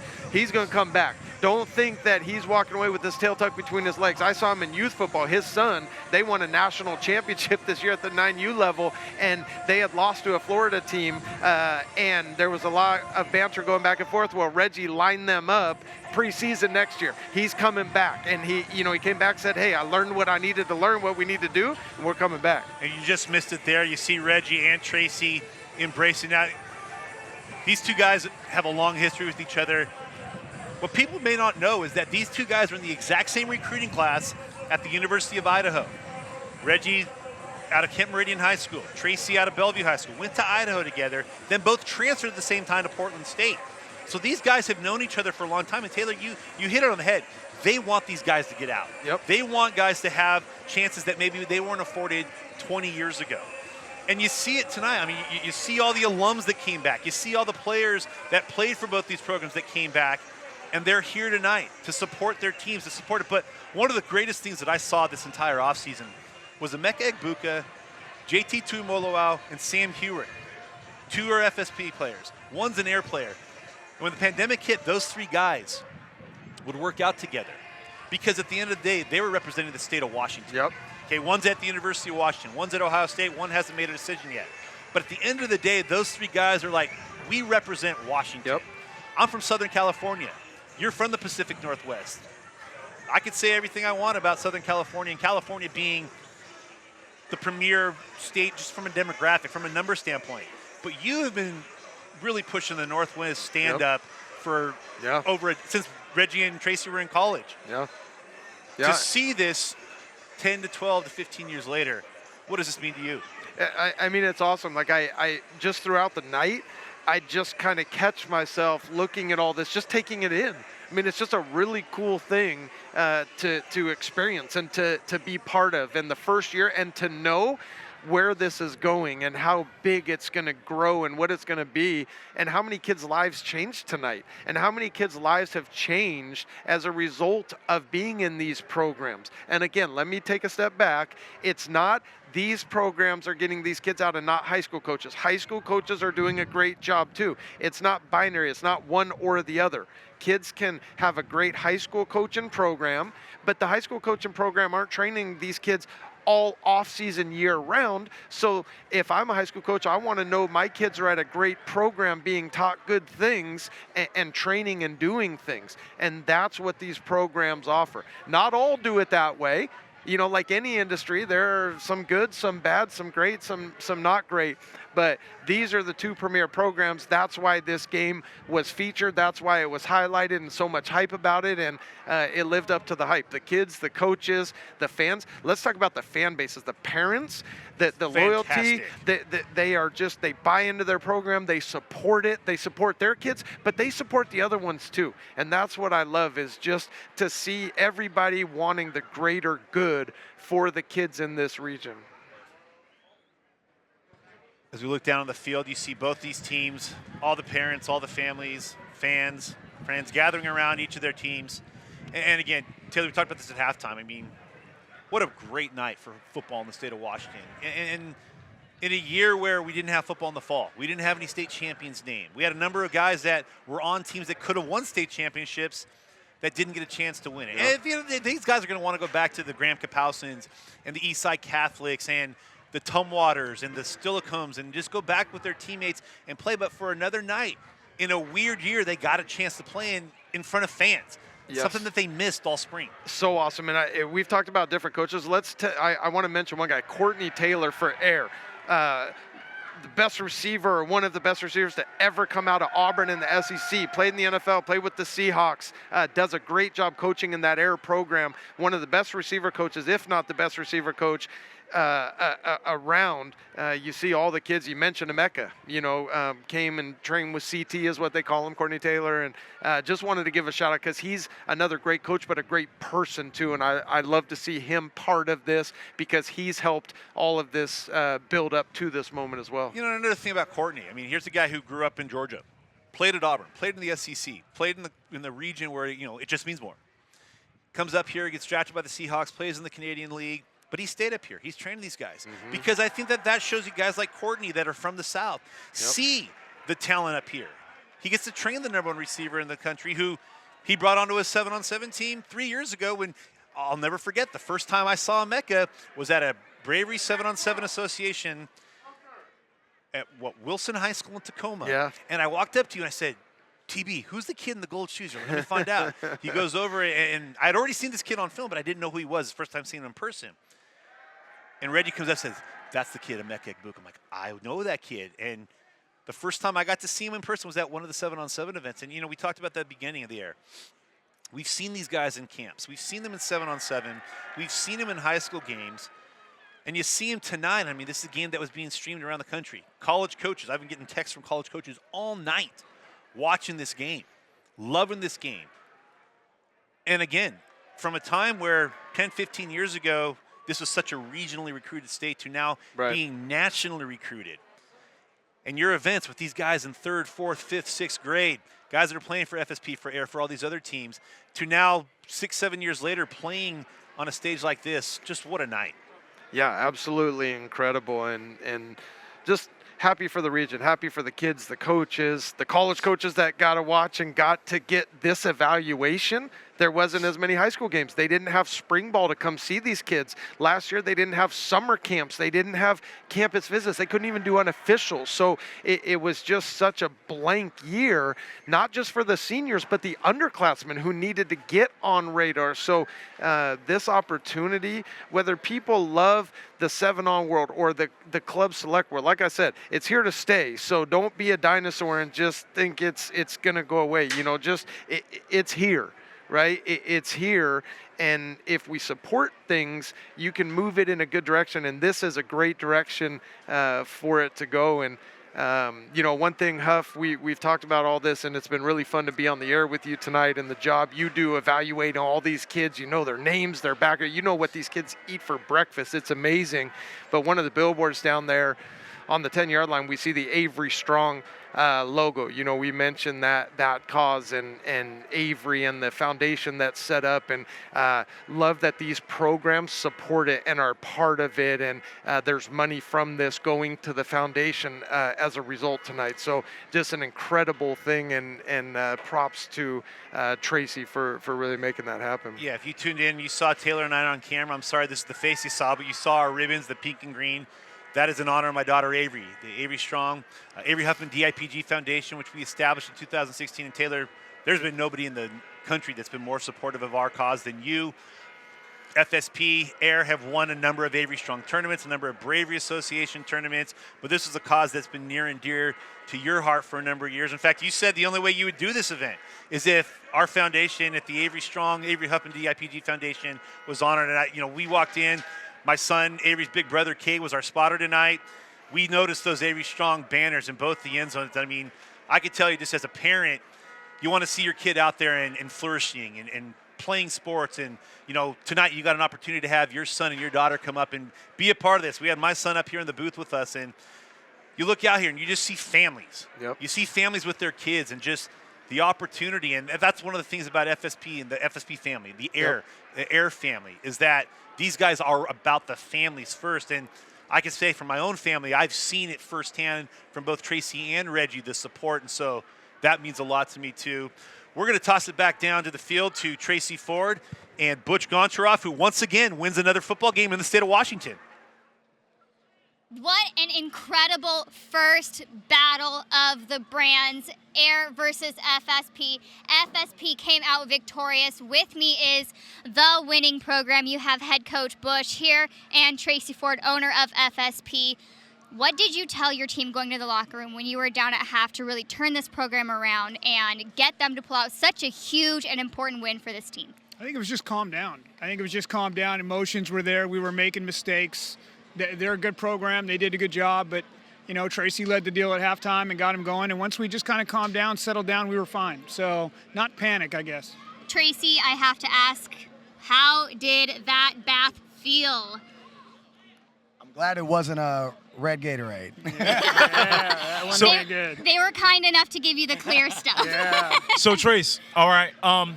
We talked about this earlier in the broadcast. You and the coach from Air have a history. Right? I know you guys text back and forth, you tweet back and forth, social media. You won the game, man. What you want to say? That's what we're supposed to do. And our kids work extremely hard, and our coaches are great. It was just phenomenal to get Coach Butch Goncharoff out here with me. This man changed my life. So to have him out here on the sidelines is just a blessing to me, blessing to these kids, and I think that's one thing they've got to realize is what they just got. They had a legend on the sideline with them and at practice, and these 8 practices for these guys have been phenomenal. So for these kids, I mean, it was just, like I told them before, the biggest thing for us was practice was going to be harder than the game, and when it comes to game time, it's just press play. But, you know, we wanted to give them the best experience and a first-class experience at practice and get them better and prepare them, and there was nobody better to do it than Butch Gontroff. Now, are we going back to talking or going back to texting and tweeting again, or are you just done? No more texting, no more tweeting. Coach Butch, we handed out some offensive and defensive MVP awards over there, along with that trophy. That is very big and very nice trophy. Tracy, I don't think you could have picked a bigger trophy, that's for sure. I'm glad I didn't carry it. But Josh Woods, offensive MVP, is what was named up there. So is Davin Beeson's for defensive MVP. What would you say from a coach's standpoint, or more down on the field, your eyes? Of those two, you mean? I think. Or anybody. I think they all played well. I think they took advantage of the opportunities. I thought the offensive line really, you know, we were young up front. We knew that. We knew they were very good up front, and I thought those guys held their own, did a really good job. And once we kind of calmed down and were patient, I thought they all played really well. Considering, like Tracy said, 8 practices, he put this together. This guy's a legend to do that in 8 practices, come out and play this. I thought the kids did a tremendous job. And you got to remember, they're kids. They're high school kids. You know, it's a huge venue. I mean, Sunday night, this was amazing to see this many people and how it was done. It was first class all the way. But, you know, those are high school kids, and they executed really well. So I think they deserve the credit. They did a great job. Tracy, you put a lot of effort into this. You did this, you and Reggie both, for the kids, for the state of Washington, getting these names out to all the colleges around the country. All eyes were on both of these programs. How do you feel knowing that these kids got that relevance that they needed, these programs got the relevance that they needed, the respect that they needed? Go ahead and tell how you feel this wrapped up and shaped out. I thought it was great. Like Coach said, the atmosphere was great. It's on a Sunday night, and to see all these people out here supporting it, I think it's phenomenal. I think this is just a glimpse of, you know, what could come about with high school football. You know, club football, I think, is here to stay, and you know, it's going to be phenomenal to see where it goes. And hopefully that we can continue to do this and give kids more opportunity to be seen and be noticed, and get exposure, and more importantly, prepare them to be ready to play in college, because that's what it's all about. Okay, Coach. And Mr. CEO, what's next? What's next for FSP? What's the next the next thing on our calendar? How about that? I think we're gonna have to sit down, see how everything went, and go from there. All right. I thought you were gonna say JTT commits. You've been teasing that all week. Yeah. So we want to thank you guys for taking time from celebrating with your team, family, and loved ones to come over and say what's up. Again, this was the first annual Battle of the Brands, FSP versus Heir football, and we are standing here with Team FSP, the champions, 2021 champions. Congratulations, Coach. Congratulations, Tracy. Yeah, thank you. Thank you. The WV live stream, who provided this for college coaches around the country, fans, friends, family, you name it. They were all tuning in to WB live stream tonight. Thanks to Walter and his crew tonight. Fantastic job. We hope to see you guys again. We hope to have them on the production next year.